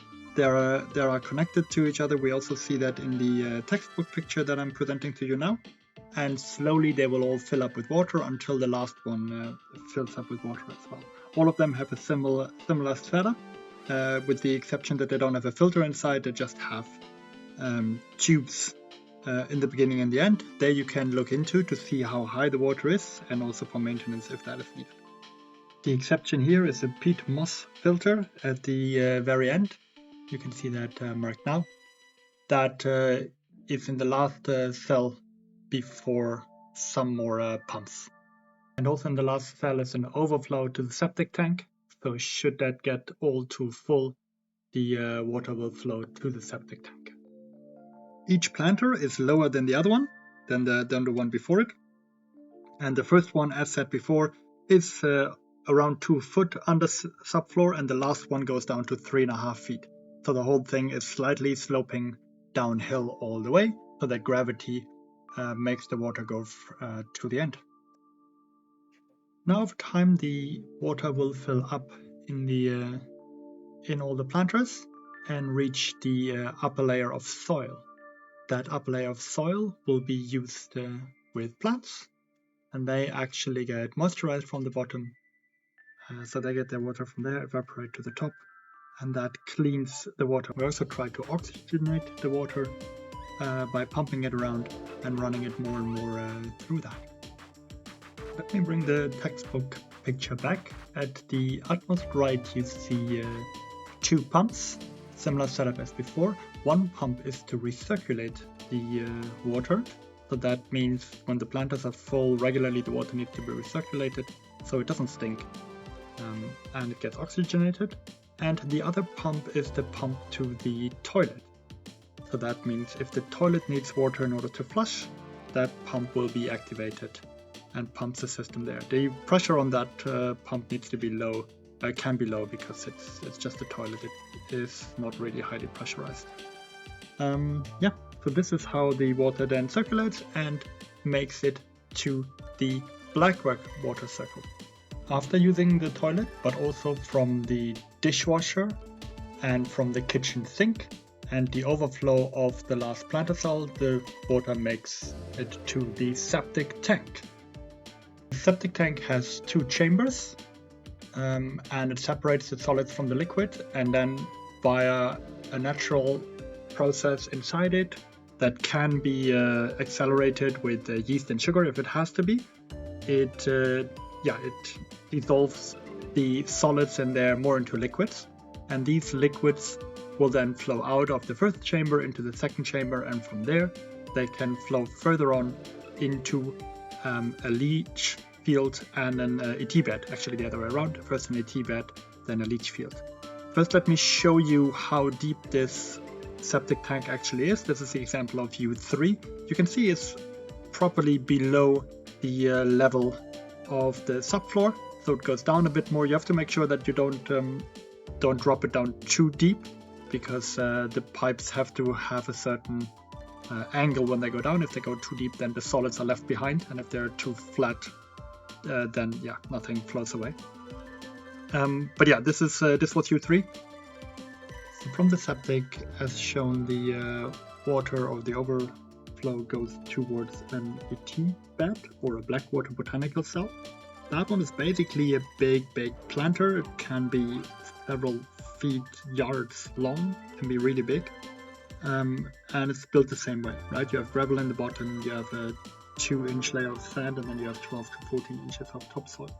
Also there you have the same pipes going in like you do in the planter cells on the left and the right side, or beginning and end, with holes on the bottom, with river stones, round river stones, and an EPDM skirt, so the same stuff as a planter basically. What happens in here is that the water from the septic tank flows in there and can evaporate. It can go to the top, to the plants to be picked up that you put on top, or it can also seep into the ground. If that ET bed is overflowing, you have at the end you have an overflow mechanism underneath the sand levels, and on the top of the gravel layer you have an overflow, which means you put a pipe out, a 4-inch pipe, and that goes into a leach field. A leach field is regulated by code how long it can be, which is basically just very long pipes with small holes drilled into them, with no slope, so the pipes are perfectly flat, and that means from the ET bed, any water that goes beyond the level of the ET bed goes into there and disperses evenly into the long pipes that you lead away from it. That is the leach field, where it then drips slowly into the ground, into the surrounding ground. And that can be 40-foot pipes or 60-foot pipes, right? There is the code will tell you how long the maximum is. And this is how you get rid of all your black water, which means in the end you are independent from the sewage system. You can put plants on all of that, both on the ET bed as well as on the leach field. That all usually happens also in front of your house. So it's very nice. You can also grow plants in it, but as usual, as also with the planters, don't use fruits and vegetables that grow in the soil. So you don't want to have potatoes or carrots or this kind of stuff. You want everything above. And if you don't want to use and eat fruits from there, you can also do that. That's fine. And if you don't put the sleeve in before you pour the concrete, then this happens. Shit work. So we are back at Deb's. The plumber has been here. This has been dug out. And the plumber has been here. This is the line to septic outside. So this is where one of the bathrooms will be. The door has been fashioned with some porcupining. That is so that the bottle or can wall, whatever they're going to do here, holds better, and some vapor barrier here as well. Then we have more duct channels for plumbing later. That is in place. You see this one already being in place. This is where the utility room is going to be. Breaker box is already in place. Plumbing has started. So things are moving. Alright, Deb's house. So what do we have? We did this tire wall. This tire wall is now getting closer and closer. I'm not sure whether the flashing on top was there. The windows are stained. The tire wall on the bottom is also more or less ready. Obi looking cute as fuck. This is in. We're gonna go in now. Huh? Obi looking annoyingly cute again. So coming in. The same woodwork. There is now a full can wall, not all the way up. This is adobe can walls on the top since we came here last. So that is all relatively clean. Plumbing has started, electricity was already in. So stuff is moving. Let's go on the other corner.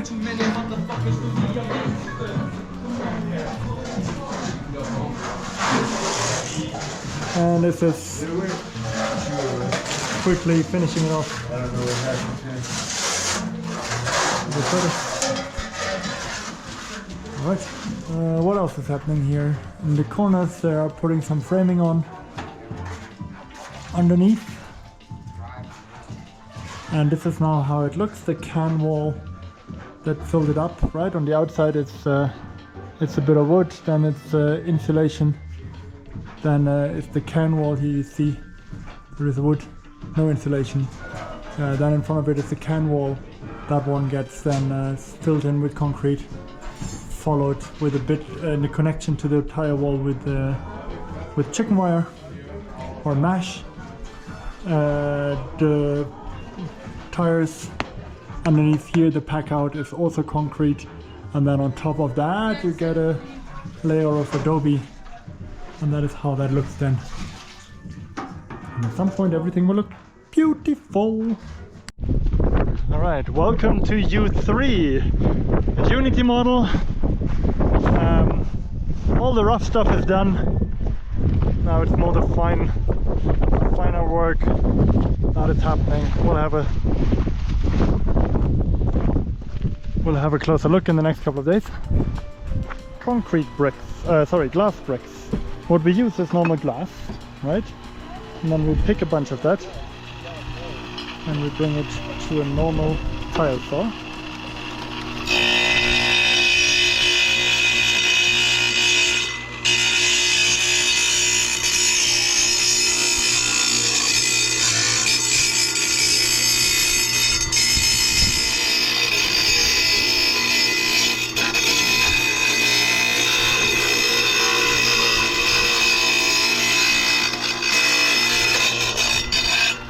You cut it carefully in half, not in half. You cut off a piece. So for example, you want a 10 centimeter wide brick, so you make a 5 centimeter wide bottom piece.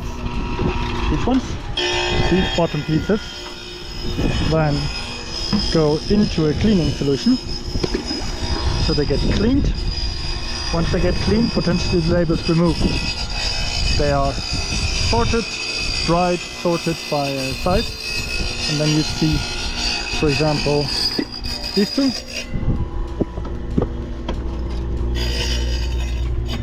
You combine them together, you tape them, and then you have a glass brick. This is what we're creating here. So, we're gonna go to bottle cleaning in detail. Oh. We're doing this now. Oh, I was gonna say too, Kristen, do you do... Make them wet, and if they don't want to come up by themselves, use a knife. And then you use a sponge in order to make them nice and shiny. Then, come and show you here. Take these and dry them off. And make them perfectly shiny. And then mix it together and tape them. Do the 4? And then we get bottle bricks. Bottle bricks. Oh, there. I like the green white because it kind of makes like a light green. We get bottle bricks.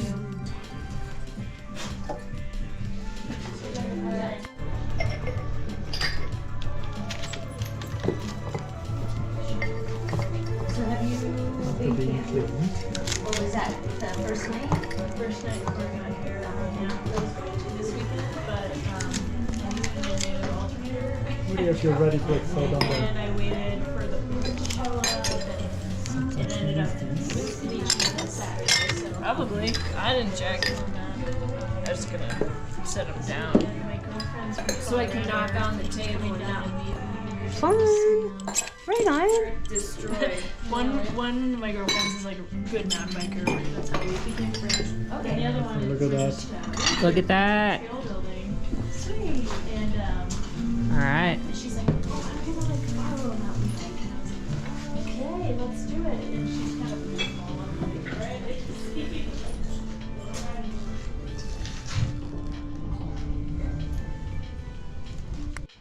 And this is how a bottle wall can look like. And these are white bottles with a filtered paper inside that create all these colors. And this is the other side. It is not ready yet.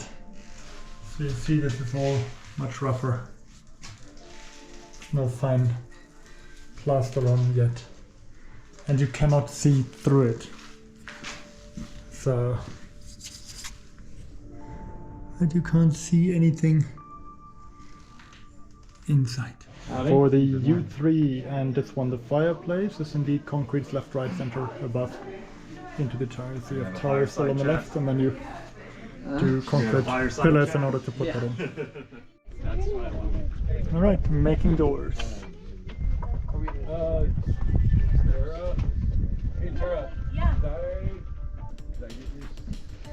Most simple interior door today.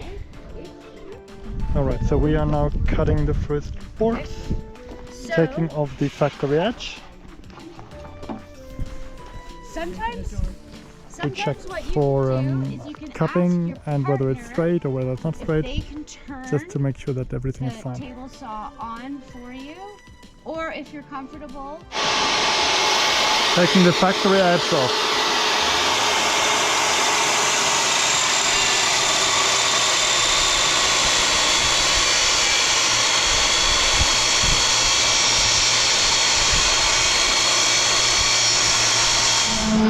the core of the door, cut to size, and now it's being sanded. It's supposed to be 29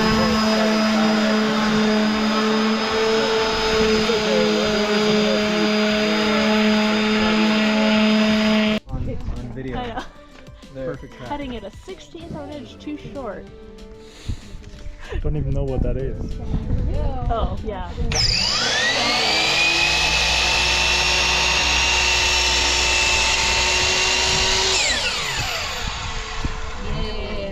Your imperial torque. Wow. So, and this is how the door comes together. one master The Earthship plywood builder, rectangle, and that's it. and then the vertical on one side and the horizontal go on the other side. Come into place. It goes both ways. So, and this is how the door looks when it's almost done. Just the last row of nails to go in. This on one side, and the other side I'll show you in a sec. And that's the door flipped. Also here we already pre-nailed. That is what we originally did. We put these ones in, we pre-nailed them, and then we flipped it over and put the other boards in. So we didn't nail them all the way through in the beginning. And that is what you see. Plywood in the middle, and then the different types of wood. Now let me finish nailing and then let's have a look. And that is it. To observe, the middle board here is a bit smaller in order to make the other ones fit. So these are the same size, and that's a little bit smaller. If you have to make one smaller or one slightly bigger, take the middle. And on the other side, can't show it right now, I might. This one at the bottom is longer, it's wider than the other ones. All the ones are the same except this one. And that is because otherwise the measurements don't fit. So before you cut all the boards to make it even, you can do that. That's the easier choice. So then we see what happens with that door. It goes later on into this frame. Take this as an example. So it gets proper hinges, 3 heavy-duty hinges. I might even do 4. Like the frame just like operates in And then gets set in there. The I don't have a ready door here, but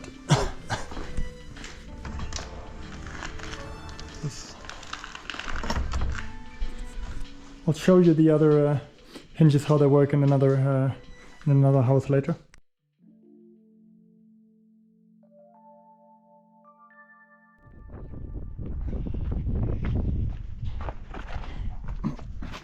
But this is a better camera.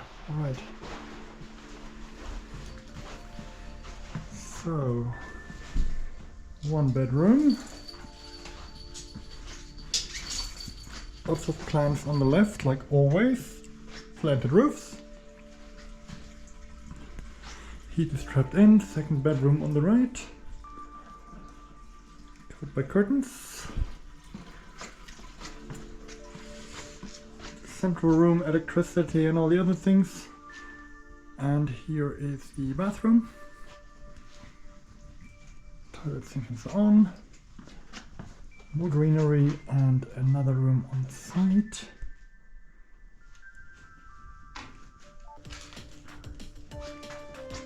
And then comes the kitchen. Full kitchen with everything you need. And that is the end of the building. And it leads out to Eve, the back of SS3, 2 and 1. That's the place. And the stairs up. Oh, let's go up.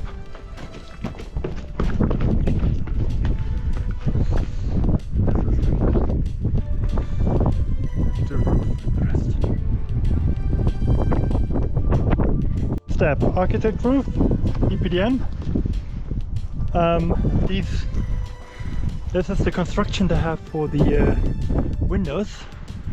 On the right you see a counterweight, so if you don't tie it down inside, the window will open, and if you let the window loose, it drops down. And this place is Eve. Experimental something something.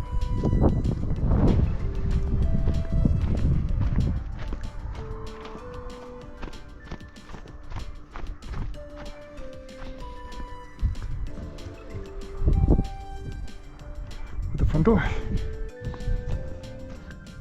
All right. Eve, the side entrance of Eve. This is one of the entrances.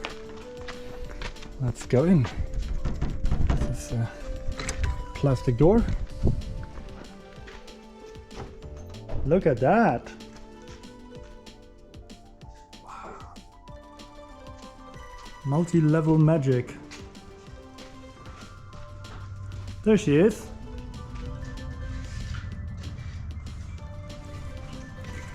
You have to put your bucket away.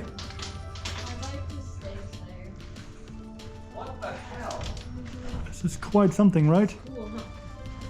Pretty cool. It's cool, but it's artsy. Cold and it's artsy indeed. This is Eve. I'm gonna poke my thingy in there. Nice cool room. These upstairs, those are just kind of empty rooms. Huh. No one's really taking this.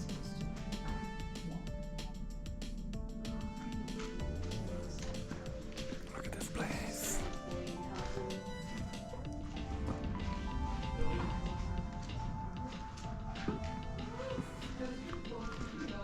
The empty room. Empty room here. And then doors. There's a room here which we're not going to go into.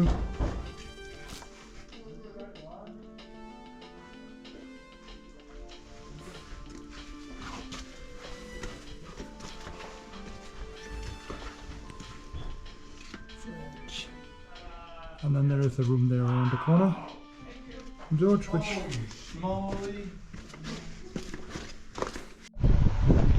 Alright. Let's go to area 52.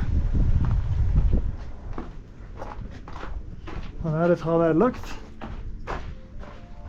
With a wind turbine on top. Let's go in.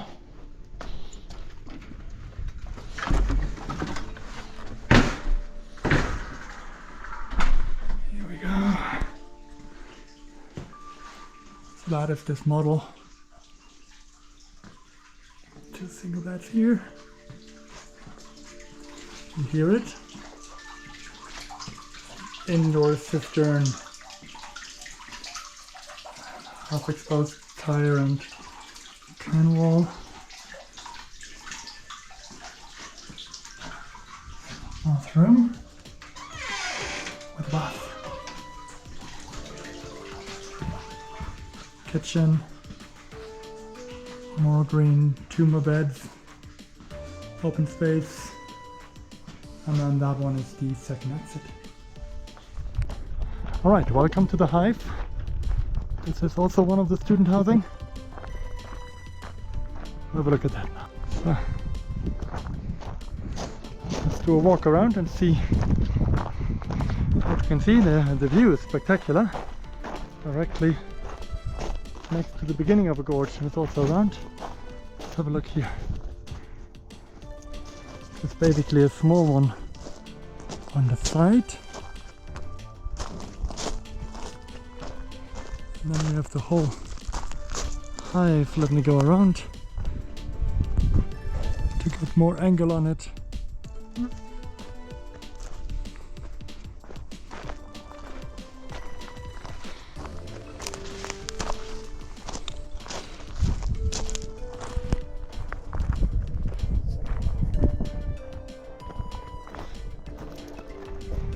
That is kind of it. And that's the view. Pretty sick. Okay, let's head in. So here we are inside. Pretty big kitchen. Communal table, communal space. And a chill area with a TV, really cool. And then we're walking over, and this is then all light and green and curvy.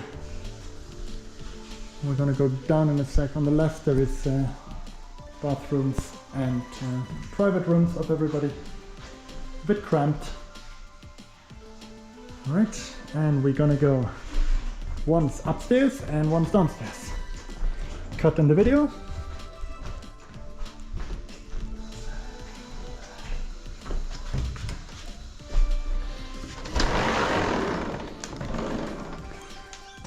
Okay, heading through here and outside.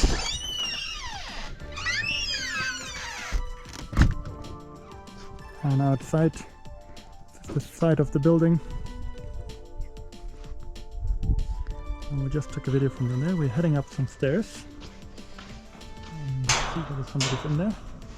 Now we go into the pyramid on the top. And this is a nice meditation and chill space.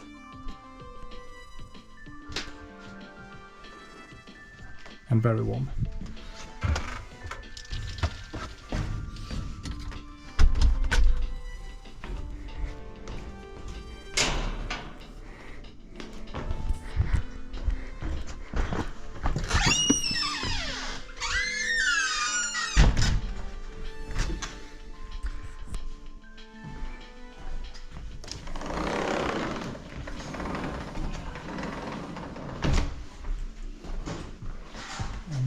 Now we're going down from the kitchen.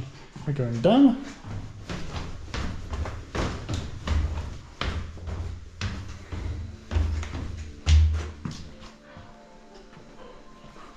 Botanical cells. Another area to stay out into the balcony. Another bathroom.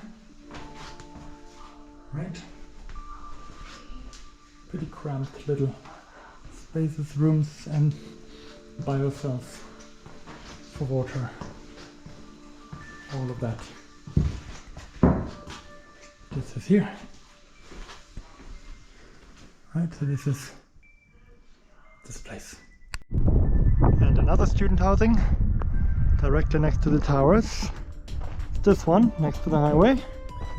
It's Mike's office. Sexy double door.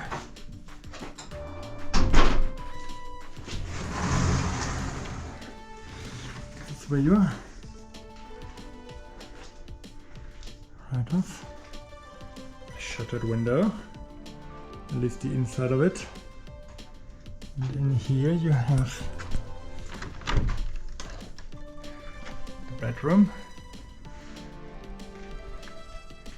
Lots of plants and stuff. Gas cooker, camp cooker.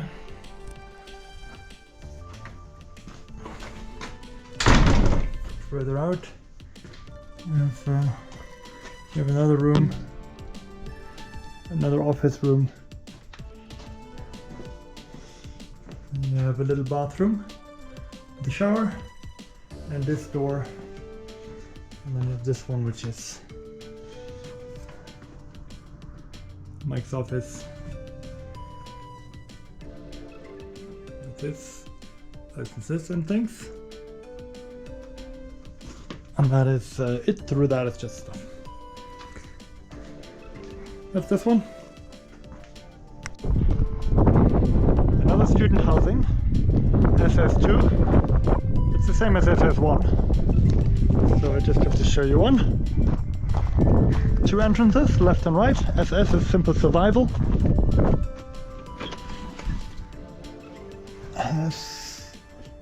This is the setup. So, very green, double greenhouse style. There's a shower over here. shower over here. At the other end there is a glass wall and a toilet where hopefully nobody's on at the moment. Knock knock. No, there is not. Look at that. Clean. And then there is, once I go through these trees, there is 2 rooms. Identical. Bit of a round shape as usual with a vaulted ceiling. That's SS2 and the same in SS1. More student housing directly next to the classroom. With the luxury. Let's have a look. Look at this. Goodness up front. With a nice shower. Nice shower with open light. I assume toilet that way. Yeah, nice toilet. And a nice big room. Kitchenette. Some storage around the back. This is where Paul stayed. Very nice thing. Hiking up to reach.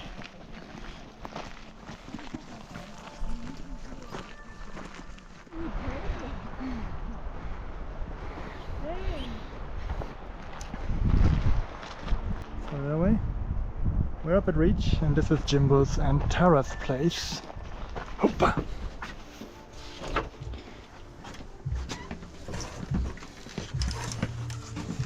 Split level. Stairs down. And an up place here. Big south-facing windows. And the view is closed because the sun is so strong. Look at this.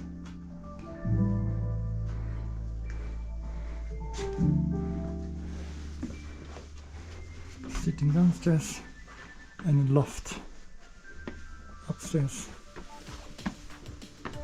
There's a bedroom. There's some extra open space and a view. And then let's go upstairs.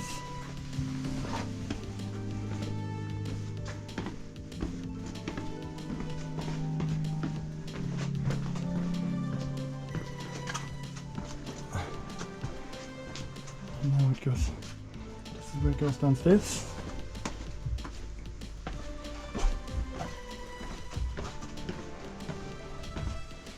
Chill spot. Look at this place. Very chill. We'll go down there in a second. This is the bathroom.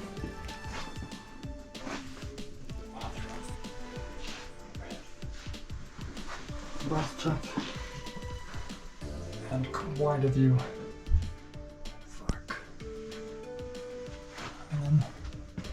We go down here. All the levels here in this place. Chill space, planters, nice view.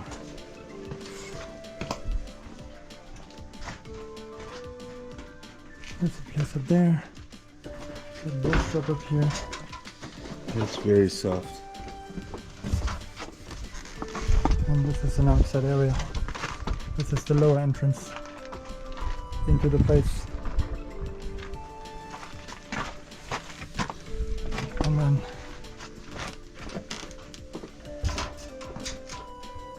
we go over here and into the main area for Tara.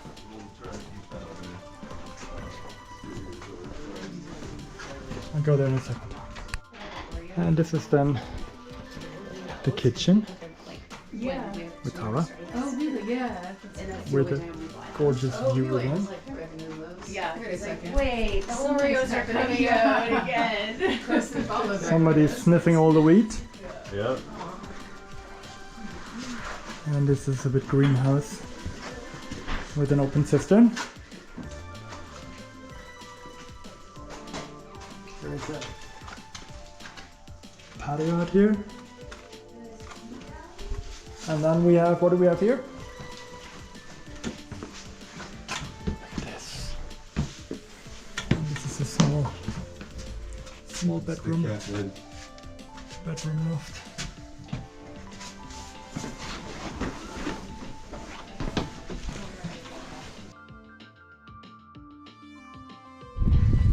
So, let me zoom in a bit.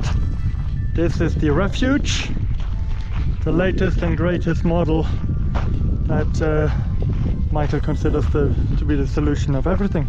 So let's have a closer look at that, and it's directly next to the hive. Alright, let's go there and have a look. This is the front.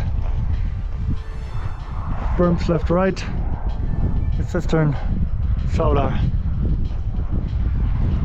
and yeah, double greenhouse. Let's go inside. He should be there. It is.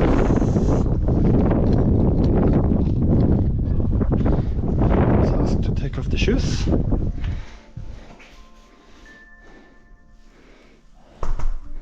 This is the place. So this is the double greenhouse. Vertical walls, a bottle wall with toilet and proper shower, a wet room, shower curtain is missing, and on the other side probably the same. Nice big room, slightly sloping down, ceiling, proper kitchen inside, cooling tubes, 2 of them. Let's go over here. Storage on the outside. This is the machine room. Tire wall in the middle with mass. This is another cozy little room. The water system and pumps for the grey water. And this is half a room with own entrance, bit of water, 1 room, and another toilet with shower. Let's see what's in here, and another cooling tube. Let's see what this one is. It's a closet. We saw that in the other room. So yeah, this is the refuge. Supposedly very cheap, easy, and yeah, nice room. Nice one to live. Let's duck away.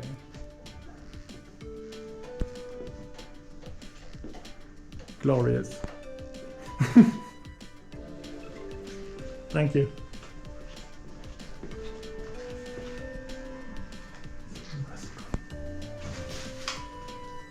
It's a little restroom.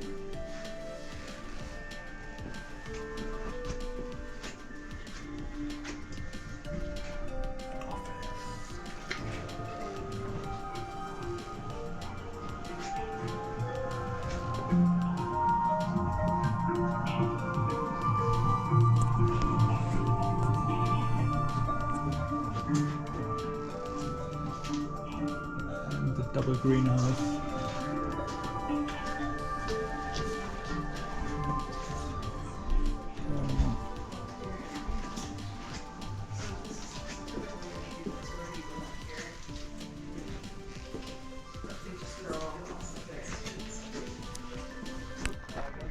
This is Atlantis.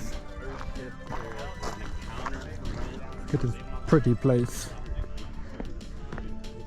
I think it's for sale. 900k if I'm not wrong. This is Atlantis. It's a beautiful I could try. I've never place. made We're gonna go in there in a second. Good morning. Actually, you know what? I have a chickpea flower. Gorge, I have mountains, a little bit of chickpea flour. all of Let's it. see what I can do with that We're gonna pop in there.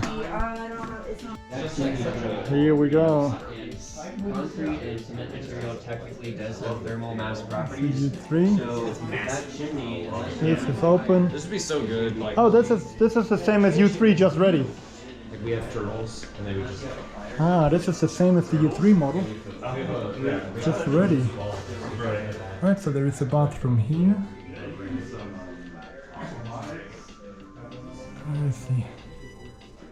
There's a bedroom here.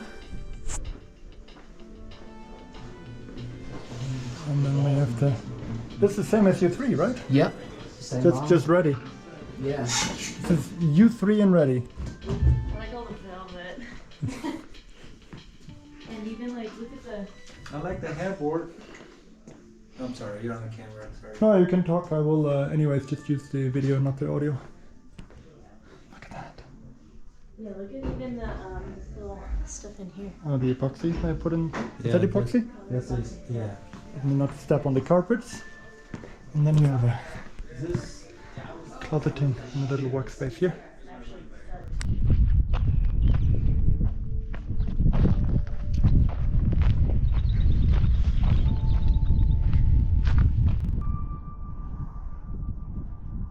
Welcome to the Phoenix.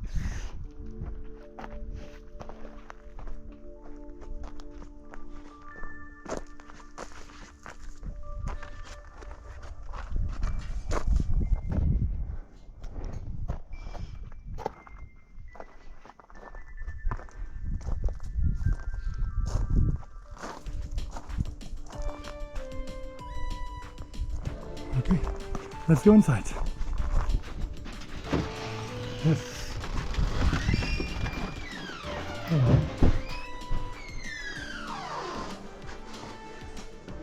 Magic. Bedroom.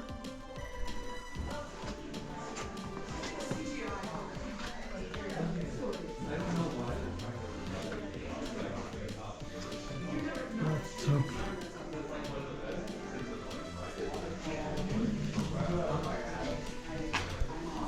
Another bedroom. Oh, it was terrible. Look, all the people. Let's not make the same mistakes. Morning, ladies, gentlemen. Morris, welcome. Morris. Camera, go straight. Everybody awake. Plus eggs tattoos. Kitchen.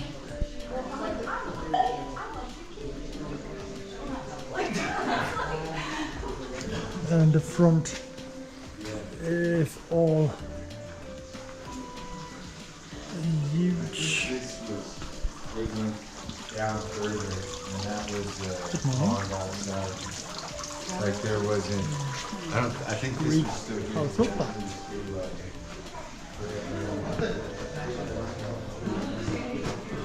And then around this side. Good morning. Good morning, Forrest. Oh, look at that. Another cute little bedroom and a bathroom en suite. I wonder how you can leave it open. Bedroom. And then a little en suite bathroom. I don't know about something designed like this. I don't know how they.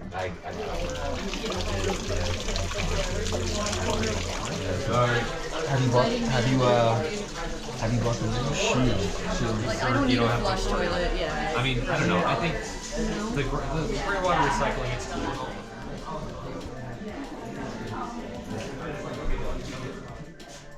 It's the bedroom.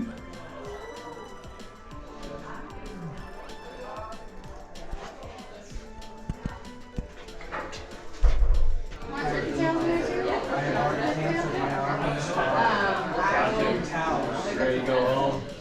Oh, that is nice.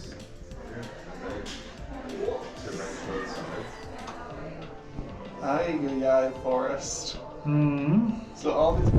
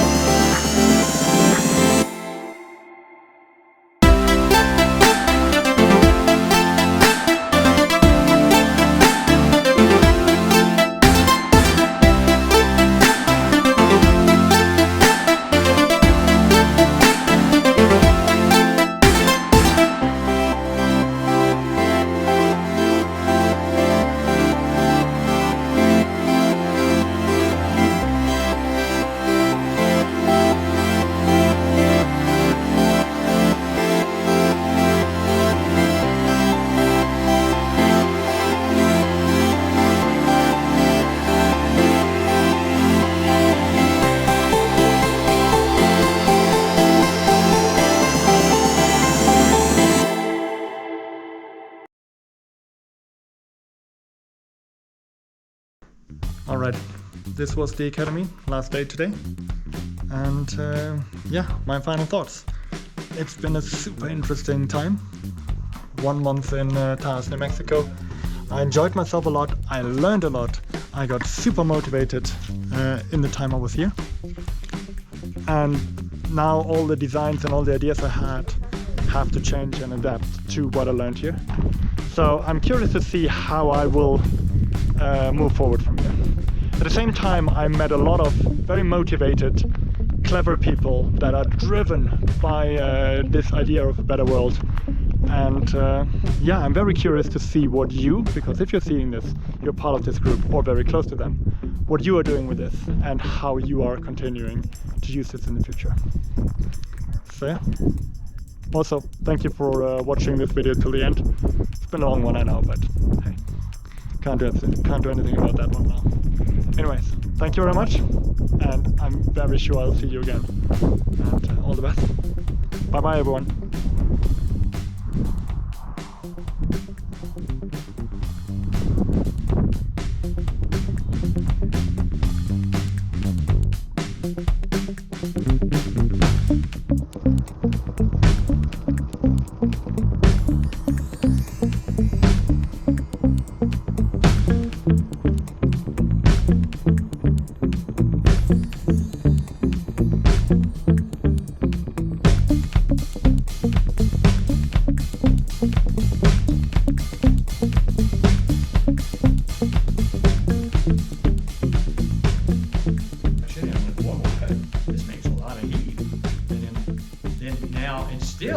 It's still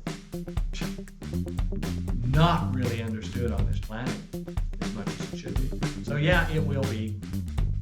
It is something that I'm saying that, like many things, we don't have it literally figured out, but figuratively and philosophically, it's happening. It's happening as we speak. Okay, it's after my time here at 11, so thank you for coming. And